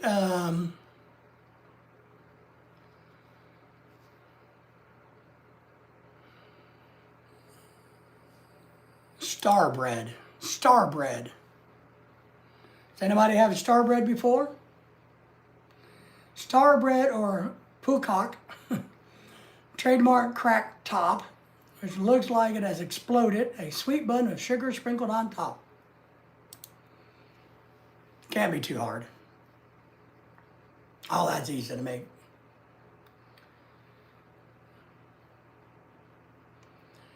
Flour, milk, powder, sugar, everything's the same. Vegetable shortening, a little different there. Warm water, all right. Is that all it takes? All right. I got a feeling making Filipino breads are going to be easy. So just to make the girls mad that are selling Filipino breads around here, I'm going to make Filipino bread. I'll have to give it away. So I'll give it away. Anybody want Filipino bread? Just raise your hand and I'll give you some. So, looks pretty easy. Never heard of star bread? Why they call it star bread? It looks like a little bun that has a cross in it that kind of looks like a star. But I can make these. I can. Why is that? I got a weird window open. Let me close that window. All right. I can make them, Tim. I can do it. Should I show up the Filipinas making bread? Want some tea? Spill the tea. I'd like to spill the tea to you, Dennis, but I can't. I can, but just not on this format. I really can. There's something I'd be happy. I need to tell you, or I'd be like to tell you, but I just can't on this format. But I can make bread. I can do that. So I make tea, Dennis. I was talking to James Robinson today out in California, and he was asking me if I'm still drinking that Lipton tea, and I said, yeah, but I'm drinking homemade sun tea also. So I'm mixing it up. Dennis, Timothy says, hello to you. Hello to you. So what's going on in the dating world? Dennis, tell us, give us some skinny about the women. The women. How much for the women?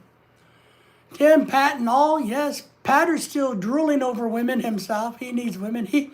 Let me give you the gossip. I'll give you some tea. Patrick told me earlier today that he was on some Filipina channels, and Patrick, are you still here? Pay attention, Patrick. I need your help. Patrick was telling us earlier in the day, because I did my morning live stream about, how to make your lives better and how to do whatever better. Because I'm your internet guru, right? I'm your life coach and your death coach, thanks to you, Dennis. But he told me, Dennis, and you might like this, that he has run across several Filipina channels that he keeps seeing nip slips, and he doesn't know if it's intentional or accidental. That's the gossip of the day. That's the gossip of the day. I'm just waiting for my girlfriend to come over today, Tim says, so that he can see his own personal nip slip, So that was the big shock today when we talked about that. Patrick has been getting flashed on the internet. He's been getting exposed girls to him.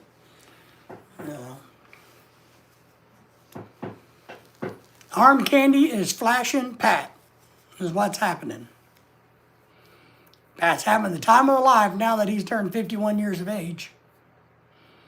So, I thought that was interesting. He was wondering, do you think they're doing it intentionally to raise money? And I'm like, well, of course I didn't see it, so I don't know if it's intentional or not. But they could prevent that from happening, right? If they truly didn't want to do it, it's easy not to do it. The nip slips are intentional, Timothy says.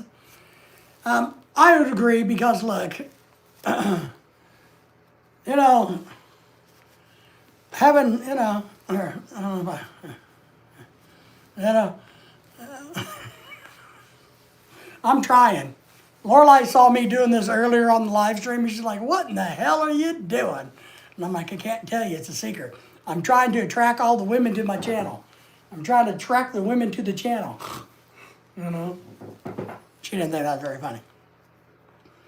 I do think they are intentional because, and only because, you can definitely avoid that from happening, right?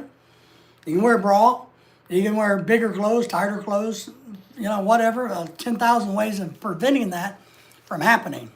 You can stand backwards to the camera all day long if you want. But it's just digital prostitution.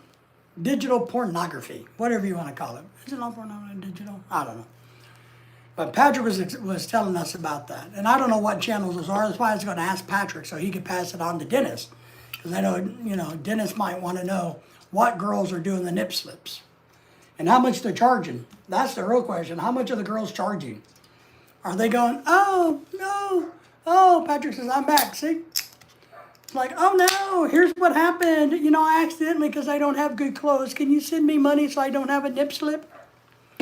Patrick, we were talking about you and the nip slips. The nip slips, Patrick. Dennis, Inquiring Minds wants to know which channels are producing them nip slips. Dennis is wanting to know the channel names. Rack them and stack them, baby. Bring them on home. Pat says, I didn't subscribe to them, but I did watch them. Tim's correct. Most are very conservative. You can tell that when they're at the beach, they're pretty much covered up. Filipinas are. So you can tell that.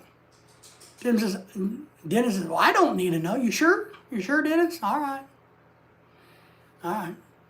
All right. We won't tell you then, Dennis.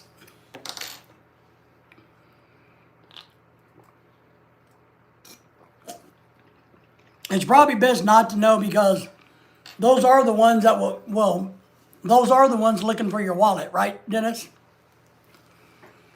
They're the ones that saying, how big of a wallet do you have, baby? Baby, how big of a wallet do you have? Is your wallet flush with cash, baby? I like you. I like your wallet. We love you a long time for whatever's in your wallet, Can you get me a passport out of here? That's all right. Patrick, what did you have for dinner tonight? I had cod. What did you have for dinner?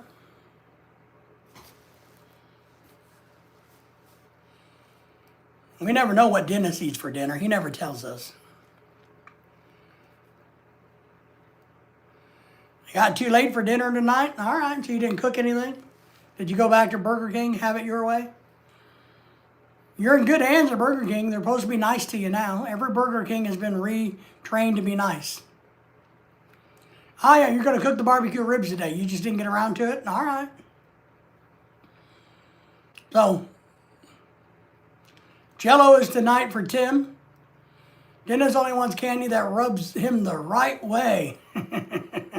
He does. He likes that Colombian candy. He likes the Colombian gold. He likes the Venezuela's tan. He likes the Venezuela's cream, the Colombian gold, the Mexican, I don't know. I don't have one for Mexico. So, the Mexican taco, I don't know. The spicy Mexican. There you go. How's that? Jell-O and coffee, yes. Dennis is going to have Jell-O. Jell-O, gelatin. What kind of Jell-O are you having, Dennis? Are you having it with fruit? Are you just having plain, boring Jell-O? And what flavor is it? What color? Is it like the green Jell-O? I like the green Jell-O. If I have Jell-O, I like the green Jell-O. I don't really like the red Jell-O, and I don't like the purple Jell-O. I like the green Jell-O. Tim's having some coffee. I'm going to have some fruit. Maybe with some fruit and yogurt. We bought a big bag of frozen fruit at Sam's. It was supposed to be just fruit, no seasoning, no chemicals, just really fruit. And we bought it because we buy it in big bags like blueberries and raspberries for Lorelei's waffles. But this one had mango, peaches, and apples and things in it, and pineapple. So, bought a big bag. I opened it today and found out they broke it up into small packages.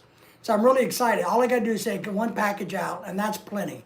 So I'm really excited about that. Dennis says, I had gallbladder ripped out, hence the jello. I've had my gallbladder removed. It was, I tell you, it was way back in the day. I mean, when I was probably in my upper 20s, I had my gallbladder taken out. And I remember it. We were out camping with some friends way before I got married. Me and some buddies were out fishing and camping. And one of the buddies brought a big beef brisket with a bunch of fat on it. And apparently, when I ate that fat, it triggered my gallbladder to go bonkers. And I couldn't even make it through the night. I was in the emergency room within about 3 hours. I haven't seen Jell-O in the stores. Tim says, Dennis, ouchie, ouchie, ouchie. Yes. So I had mine out. It was a bitch. And here's the weird thing. I can't tell you that part of the story. It was really weird. Weird. It hurt. It hurt. But the next day gave me some drugs, and the next day they took it out, and I didn't die. Just operated yesterday on you? Wow. I hope you feel better, buddy. You know, you should have said something. We would have sent you a get well card with a pretty girl on it.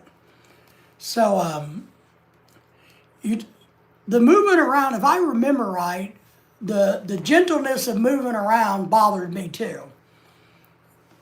The pain that when it was in rupture mode or whatever they call it was unbearable. It was a nightmare. I mean, it hurt. But I remember the gentleness you had to be with it, yeah. And then you got to not eat lettuce ever again, which I eat lettuce now. But back then, they said you couldn't eat lettuce, and there's so many other things that you couldn't eat, you know. So, yeah, man. Well, Dennis, we hope you're getting feeling better, man. If you need anything, just let us know. We'll come up there, and Lorelai will cook you fish eyeball soup, you know, make you feel better. So... But yeah, mine was bad. Mine was bad.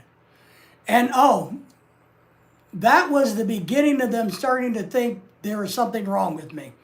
Because my gallbladder, not only did it do whatever gallbladders do when they go bad, but there was some other, it didn't look right to them. The doctor said, I think there's something wrong with you, son. We got your gallbladder out and it just doesn't look right. I'm going to recommend that you go see other doctors and get some tests done, son. And I said, yeah, whatever. And I didn't do it until years later when I was forced to do it. When I had no choice, but I couldn't breathe. I had to go to the doctor and say, what's wrong with me? And when I did, they finally, well, the funny thing is when I finally went to the doctor, when I started being diagnosed with sarcoidosis, was I went into the hospital. No, it was the same damn thing. No, I didn't get to leave. That's right. That was a different, I've been in the hospital so many times. The girl I was dating at the time took me to the hospital, and in the morning she came back and visited me, which I got to be careful what I say, but I greatly appreciated it. And then they operated on me. And then as they operated, they found that my gallbladder was all yanked up or jacked up or ugly looking. So they started to run all these tests on me, and they found that I have all these masses in my lungs. And they accused me of, well, they said, boy, let me tell you, we believe you got some cancer in you. You've been smoking. And I'm like, no, I don't smoke. I've never smoked in my life. No, don't lie to us. The proof is in the pudding. Your lungs is filled full of cancer. Sorry, I don't smoke. I don't know what the fuck you're talking about, boy. Tim says, men don't go to the doctor unless they are dying. And I was dying that night camping after eating that brisket. I mean, that fat on that brisket triggered it, and boy, I went downhill.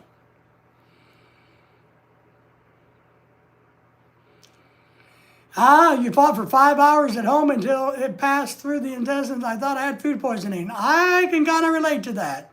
That's what I was thinking. Oh, man, let me rest. Sit here in the chair out in the campground. And it didn't ever go away. Well, that started the journey. I'm like, boy, You got yourself some cancer from all them years you've been smoking. Sorry, I don't smoke. I don't know what to tell you. Luckily, and they argued with me. They said, no, you're lying. We know you're lying. Now I'm like, go fuck yourselves. Next day, doc and tested and had to go to the emergency room and had to cut it out. Did they do it laparoscopically? Where they cut the little holes and put the tubes in there and get their little tools in there and go snip, snip? And did they do it that way? When they do it that way, at least it heals faster. Or your body heals faster versus cutting you a big ass scar open and reaching into your gut, ripping all your body parts apart and taking a big old butcher knife, cutting it out and throwing it away. But I got lucky. My regular doctor was happening to do in his morning rounds. He saw that I was in the hospital because they get alerts. He came by to see me, asked what was going on, looked at my chart and said, okay, you had your gallbladder thing? And I said, yeah, and they think I got cancer because they think I'm a smoker. And he's like, well, you don't smoke. And I'm like, well, I know that. Tell them that. He's like, okay, let me find out what's going on. And he's like, yeah, I told him you don't smoke, so it can't be smoker related. Because they couldn't do a lot of tests to me because I was waiting for surgery for the gallbladder surgery. So they couldn't do a whole lot. And he went back and said, he just doesn't, he's not a smoker. Rooster's in the house. Good to see you. I hope you're doing well. Thank you for the thumbs up. Go to the emergency room early. I know, Dennis. I hate going to the emergency room. I went to the emergency room this year once already. I'm a pussy. Now that, I don't know, Lorelai makes me go. I thought there was something wrong with me. I just don't know what it was. So I've been, I understand. I understand. And then, of course, a few days later and all that stuff, they started to go, yes, we have to do all kinds of these invasive procedures, make you puke, put radiation in you to find out what's going on, and all hell broke loose from there for me for the rest of my life. Only 5 painful effing hours. It could have been 6, Dennis. Let's look at the positive side of things. Did you at least have a cute nurse, Yes, Tim says a lot of this is going to be by robotic equipment, but it's significantly more expensive. Yeah, I think in America, they default to the laparoscopic. Opening you up is the extreme in America now. Usually everything they want to do, they want to go in laparoscopically.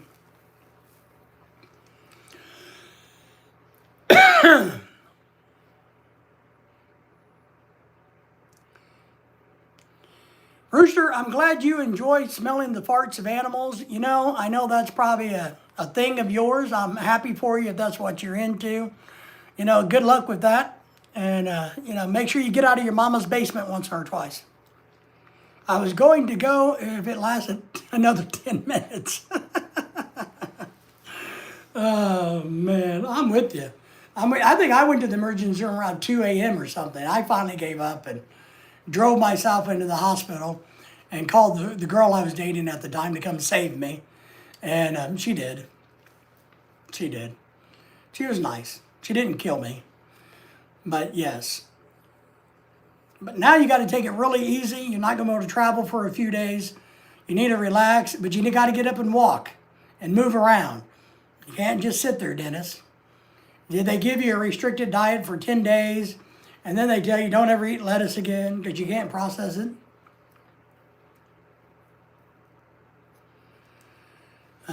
Rooster, I'm very happy for you. I'm glad you got a friend. It shocks me that you have a friend.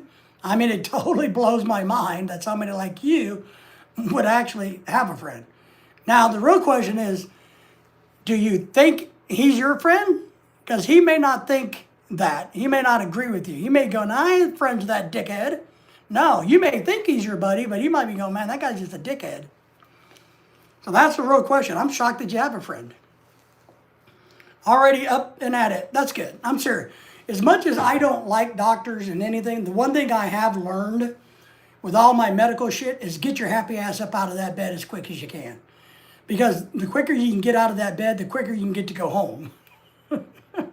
Every surgery I've had, I got to get up. I want to go. And they're really happy. Like, oh, look at him. He's up walking on his new replacement knee 4 hours later. Look at him going around the nurse's station. Yay, you. And I'm like, yeah, I'm just trying to get my happy ass out of here. You know, so yes, I can walk on my knee. It's perfectly fine. Discharge me. Thank you. I'm going home now. You know, I just want to go home. I need surgery soon, but I have not even seen the surgeon yet. What kind of surgery? Are you going to go to like Guam and have the VA do it, Tim, or anything? Are you thinking about that? Are you going to have it done there?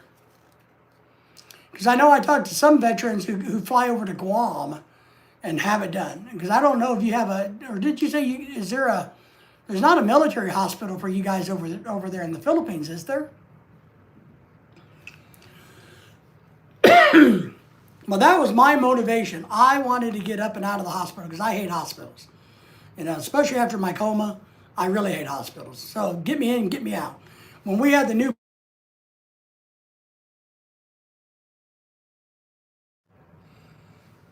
Why is she calling me so early?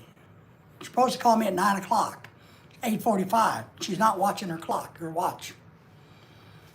So when we did the new pacemaker, I'm like, yeah, I'm good. Let me out of here. You know, nope, no pain, no drugs. I'm good. I'm home. Get me out of here. I don't want to stick around any longer than I have to. One, I don't want to pay the bills. And two, I just don't want to be there. I feel like there's, you know, other people need my medical bed and the services I am taking up a lot worse than I do. You're going to have it done locally? Okay. All right. I think that's pretty brave of you. I do. I mean, I really do. I know you probably trust and have confidence in it, but I still think it's kind of brave of you. I do. So, my wife is trying to say hi. She's the only one that can break through when I have the phone on Do Not Disturb. She should know that I'm on a live stream, right? Or she'll figure it out shortly, that I'm on a live stream. Tim says it's going to be about $250,000, I mean pesos, 250 pesos. 250,000 pesos, that's a lot. How much is that in American money? You mean 250,000 pesos, right? 250K? Hello, wife. Good to see you, wife. Yes, I saw your phone call. You're 15 minutes early. Everybody say hello to the beautiful, the talented, the Lorelei. Everybody say hello. She's the wife. You guys, now, Dennis had surgery. Lorelei, you need to give Dennis, you got to be nice to Dennis today. He just had gallbladder surgery yesterday. So don't pick on him. Be nice to him. So yes, he's recuperating. He's having Jell-O for his dinner tonight because he had to have gallbladder surgery. Emergency gallbladder surgery. We were reminiscing about all the times we've been in the hospital and how much we all hate the hospitals and how much we want to get out of the hospitals. And Tim is getting ready to have surgery in the Philippines, and it's going to cost him a small fortune. All right, see ya. Have fun. I'll talk to you later. Don't stress. Don't stress. Take it easy. Did you give me a thumbs up? Did my wife give me a thumbs up when she came in? I bet you she didn't. Like, I'm not giving him a thumbs up. Are you crazy? I'm not doing that. That boy's got to be crazy to think I'm doing that. But Dennis, we are glad that you're feeling better, man. Okay. So going to Guam, the hassle of getting there is part of the problem. And then, of course, you know, it may not be easy to get it scheduled. I can understand that because if if you got to start over with new doctors, right? You know, if you start all over, then you got to start the process. Patrick says, hello, Lorelei. Lorelei, hello. Patrick, Dennis had surgery. Tell Dennis that you hope he feels better, or did you already? So I don't disagree with that logic, Tim, because you'd have to start the whole entire process over, start from scratch. So I can see that. And I do think, what I know is I do think the Philippines have good doctors. They just maybe not have the greatest facilities. But I do think their doctors are not bad doctors. I just think their infrastructure, their system maybe not as great. What I have, I would never have heart surgery there. I know that. Patrick says, I hope you feel better, Dennis. Brother, get well soon. He had to have his gallbladder out. They went into the butcher knife and took his gallbladder out. They got a machete from Mexico, went in and took it out. Easy peasy. Easy peasy. And Patrick, do you have your gallbladder still? Or did they take yours out? Have you had your gallbladder out? I had mine out in my late 20s. It was the first organ in my body to start failing. It was a domino, the first domino that fell. I will have it done at the Medical City at Clark. Okay, good, good. Patrick says, yes, I still have mine, you know. It's too bad that human gallbladders aren't like gallbladders of bears.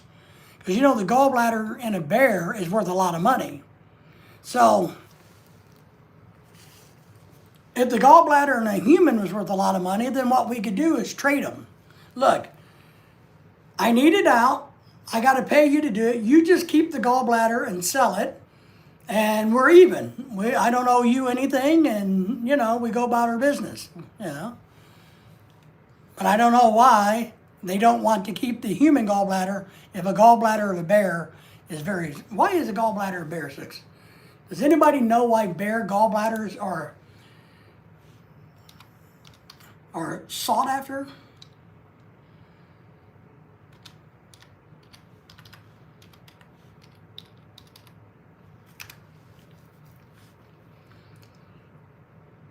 All right, bear gallbladders are highly valued in traditional medicine for their bile, I mean their poop.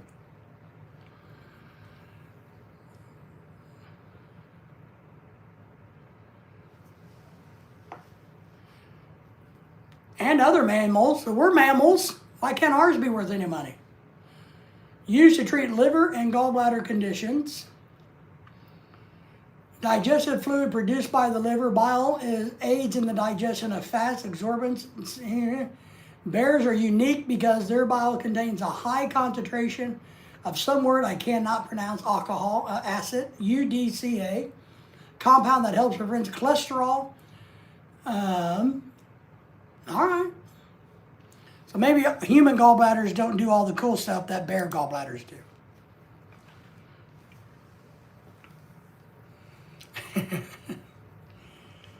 Pat says, I had the 2 hernia surgeries and I still got them repaired again. Yeah, hernia surgeries are a bitch. And they usually got to go back and correct them a lot of times. Bears usually don't go to the doctor. What about...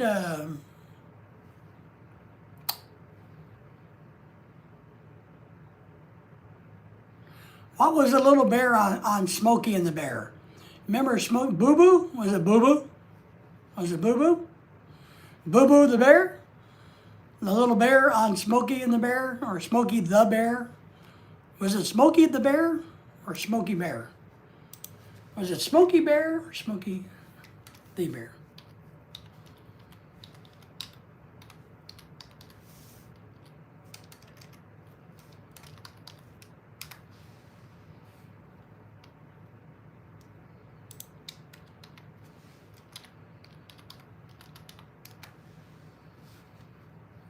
Smokey the Bear, episode 1, 1969. All right.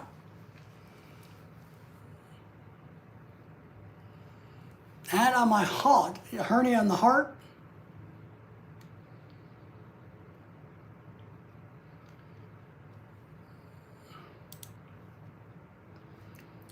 Smokey the Bear is an American-Japanese animated TV series aired on ABC.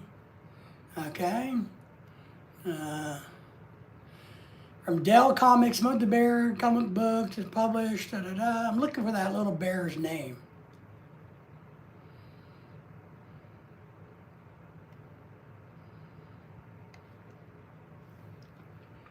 Boo Boo was Yogi the Bear. Ah, Tim says Boo. Okay, okay, Yogi Bear had Boo Boo. So did Smokey Bear have anybody? Maybe Smokey Bear didn't have anybody, right? Each episode contains 3 cartoons, 2 featuring Smokey as an adult bear, which is the middle cartoon showing Smokey in his cub days, titled Smokey Bear's Album. Smokey lives in the forest with his neighbors, Floyd the fox, Benny the hare, Bessie the boar, Harum the snake, Mayor Owl, Freddie Fume the skunk, Smokey Cousin Grizz, Gabby the cougar, and he talks a lot about fire prevention. All right. So Yogi Bear was Boo Boo. Boo Boo.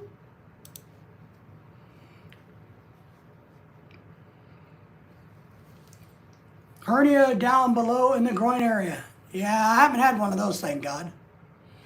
Smokey was a loner. He was, maybe he was a 420 bear, and he needed to be alone to enjoy his 420. I don't know.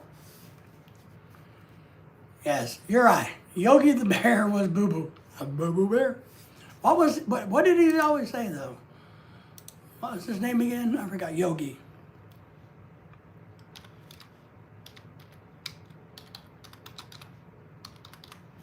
Did he say, "Come on, Boo Boo," or something like that?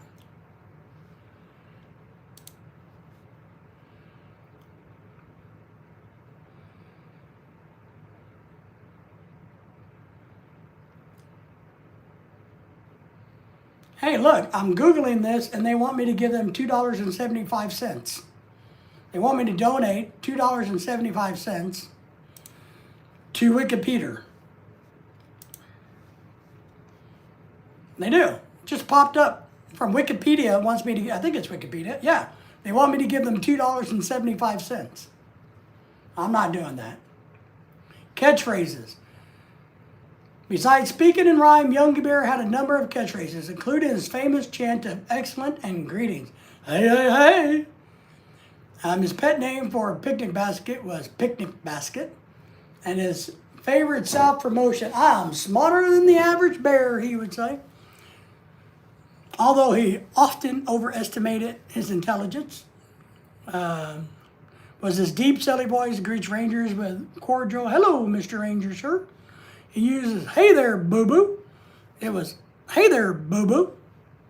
His preferred greeting to his sidekick, Boo-boo, Yogi would also use puns in his speech and had a habit of pronouncing large words with long vocal flourishes. All right. "Hey there, boo-boo." And his catchphrase was, "I'm smarter than the average bear." Man, I like being on live streams. I learn so much, it's unbelievable. I do. Man, I don't know if you guys feel that way, but I learn so much on the internet, it's just unbelievable. It's like I'm a brilliant person. It's like I'm a superhero, learning things. Man, I don't know what else to think.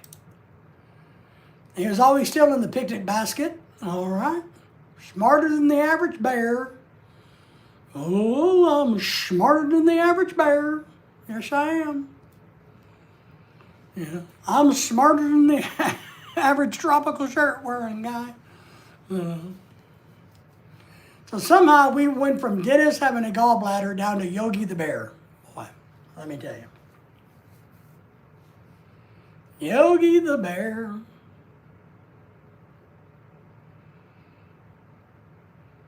And the rooster, remember the rooster? What was the rooster saying?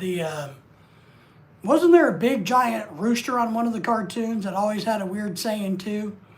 A big old rooster compared to all the other animals.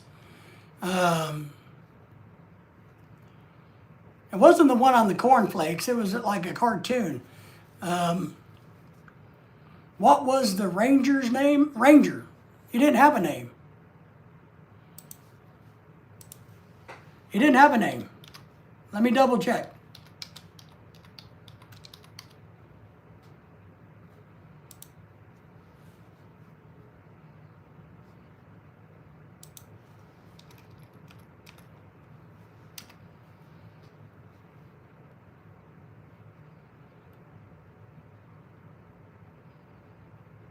I think you just call him Mr. Ranger. Longhorn Foghorn.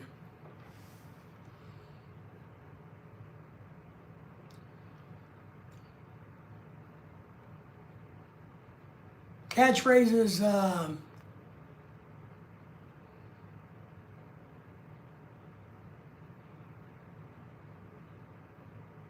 He called him Mr. Ranger. That was his name.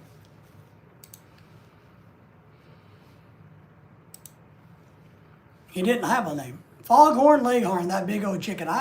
He said something funny. Well, I'll be danged or darned or something like that, wasn't it? Maybe I can Google him. Now I'm curious. Leghorn. Foghorn.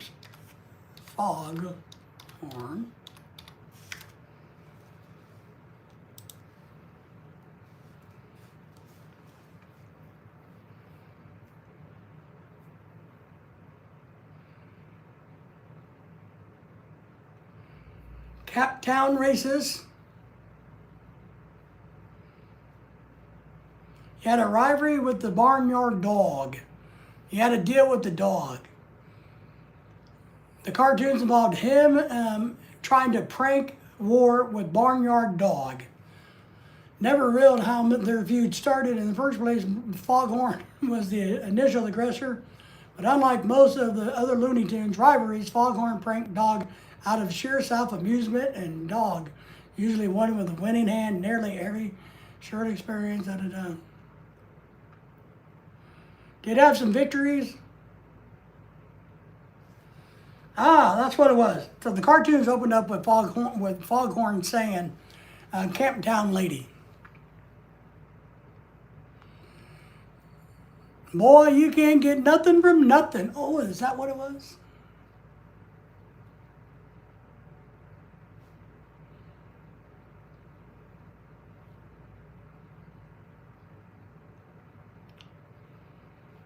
Interesting. All right. Very interesting. Boy, you just can't get nothing from nothing. I still like, some of my favorite line is from Cool Hand Luke. I think what we have here is a failure to communicate. One of my favorite movies, Cool Hand Luke. I watched a rerun of Papillon. If you've never seen the movie Papillon, you got to watch the movie Papillon.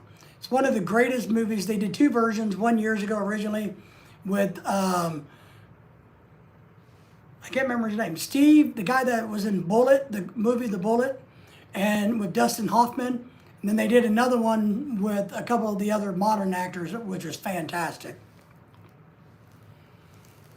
Can't get in the phone when he was talking to the younger chicken. Chicken. So, if you haven't seen the movie Papillon, it's on Tubi. It's on Tubi, Tubi. Free movies, it's on that. Everybody should go watch that movie, Papillon. I don't know if the latest version's on there, but the original's on there. How many legs? 51. Wasn't it 51? He ate 51 eggs, right? I thought he ate 51 eggs. Let me Google that. I want to know now. Love that movie, though. How many eggs did Cool Hand Luke eat? 50. Oh, I thought he ate 51. Attempts to eat 50 all in one setting, bet with his fellow inmates. 50. I thought he ate 51, but I guess I was wrong. Just 50. 50 eggs. My boy Luke can eat 50 eggs, you know.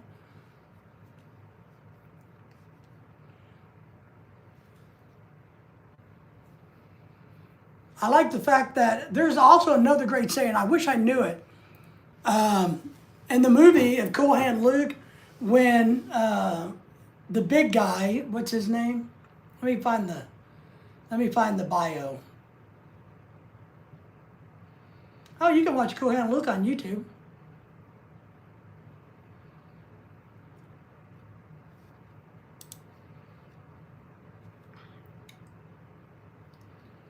The fight scene is one of my favorites.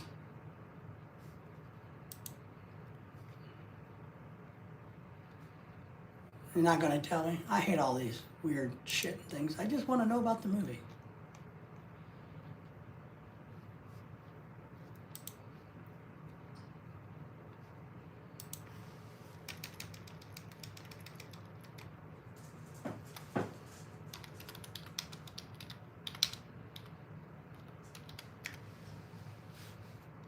All right, let's see if we can find the bio on this.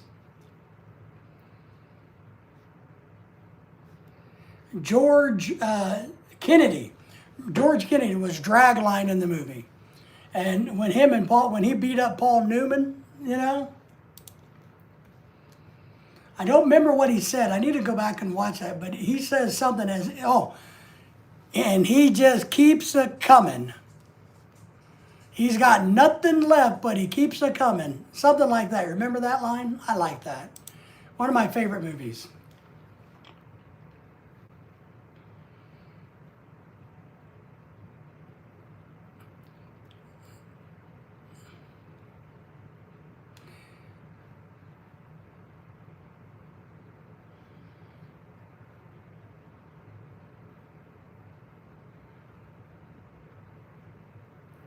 I like it. I like it. You guys go watch Cool Hand Luke and Papillon.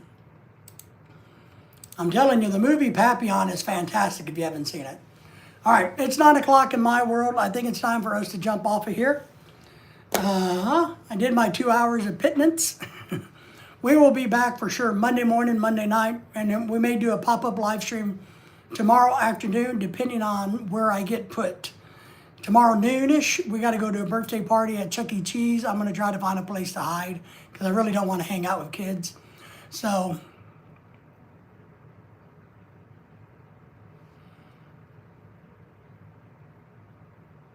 no, I didn't know that. I didn't know that at all. I didn't know that, Tim. Huh. Interesting. One thing I do know that there's more actors back in the day that were real war heroes than we know.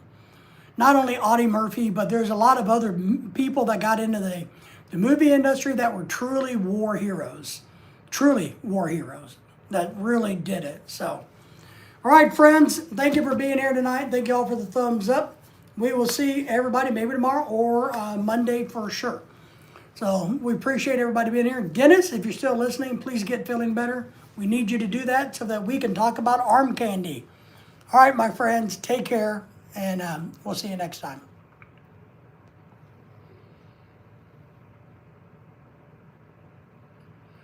Good night, Michael. I've been here all night long. I just haven't been talking. Well, I appreciate you being here in the background, but you're allowed to talk on the live streams. You know that, right? You know, you're allowed to speak. You know, you're not in trouble. You're not in timeout. You're not in the timeout room, Michael. You're out in the living room with the rest of us. So it's okay to talk, Michael. I promise. You're not in the timeout room. All right, Michael. We'll see. Are you doing a live stream later tonight, Michael? I don't get to catch a lot of your night live stream because I'm in bed. Are you going to try to do one later, though? If so, if I'm up, I'll try to catch it. But I'm usually, because I know you're trying to spend time with Venus during the night. So I get why you're doing them late, because she's up and it's conducive to that. Just know I love you all. You all smell, but I love you all. Might in a few minutes because I want to do music. All right.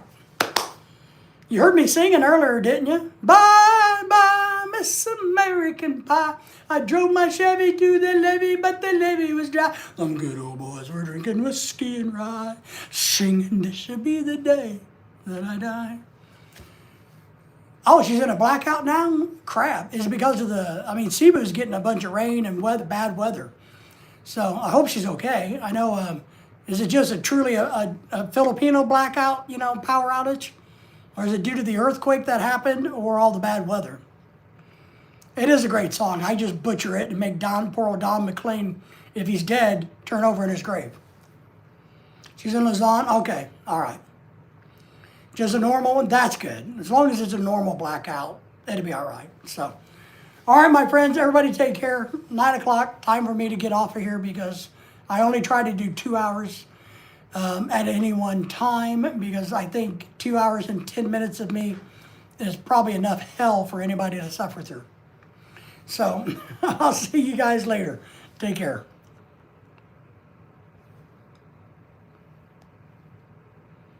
Uh-oh, not gonna let me close. Are we still live?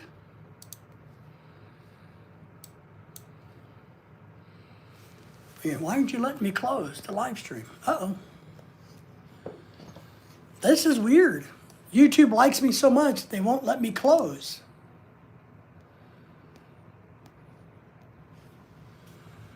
Wow.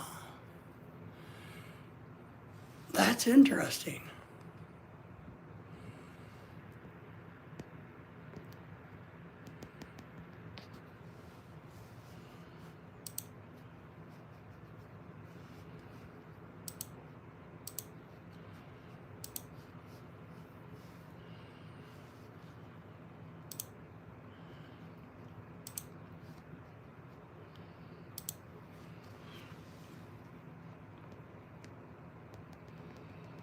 That's really weird.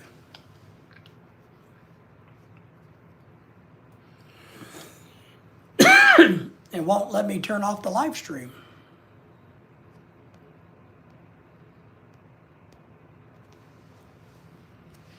That is really strange.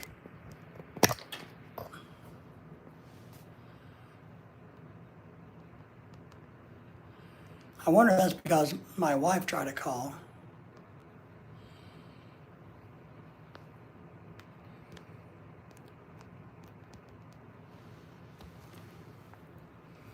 I don't know how to get it to stop.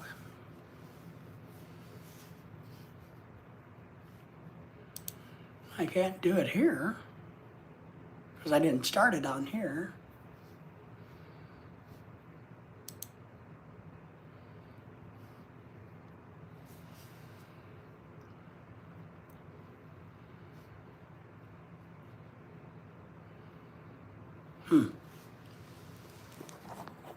Well, maybe I'll just reset my phone.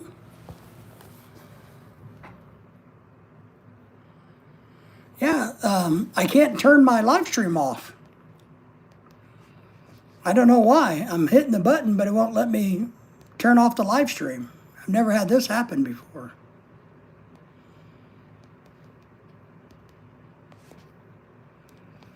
Does anybody else have that happen? No, it's strange. I keep hitting the button. Remember, I've done thousands of these live streams. I know how to turn it off, but it is... None of the other buttons work either. I don't know.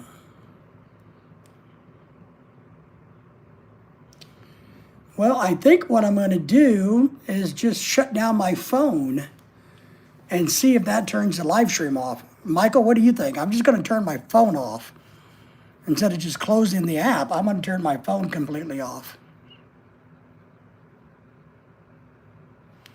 I'm on my, okay, I'm in the studio. All right, I'm on my desktop and I'm in the studio. Where do I go from there?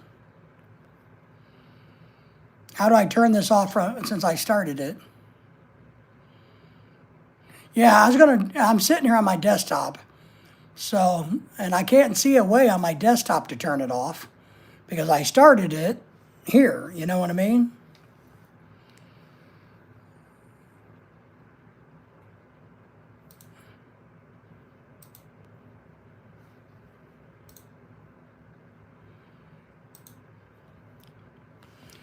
All right, I'm gonna shut my phone down and see if that works. Everybody take care.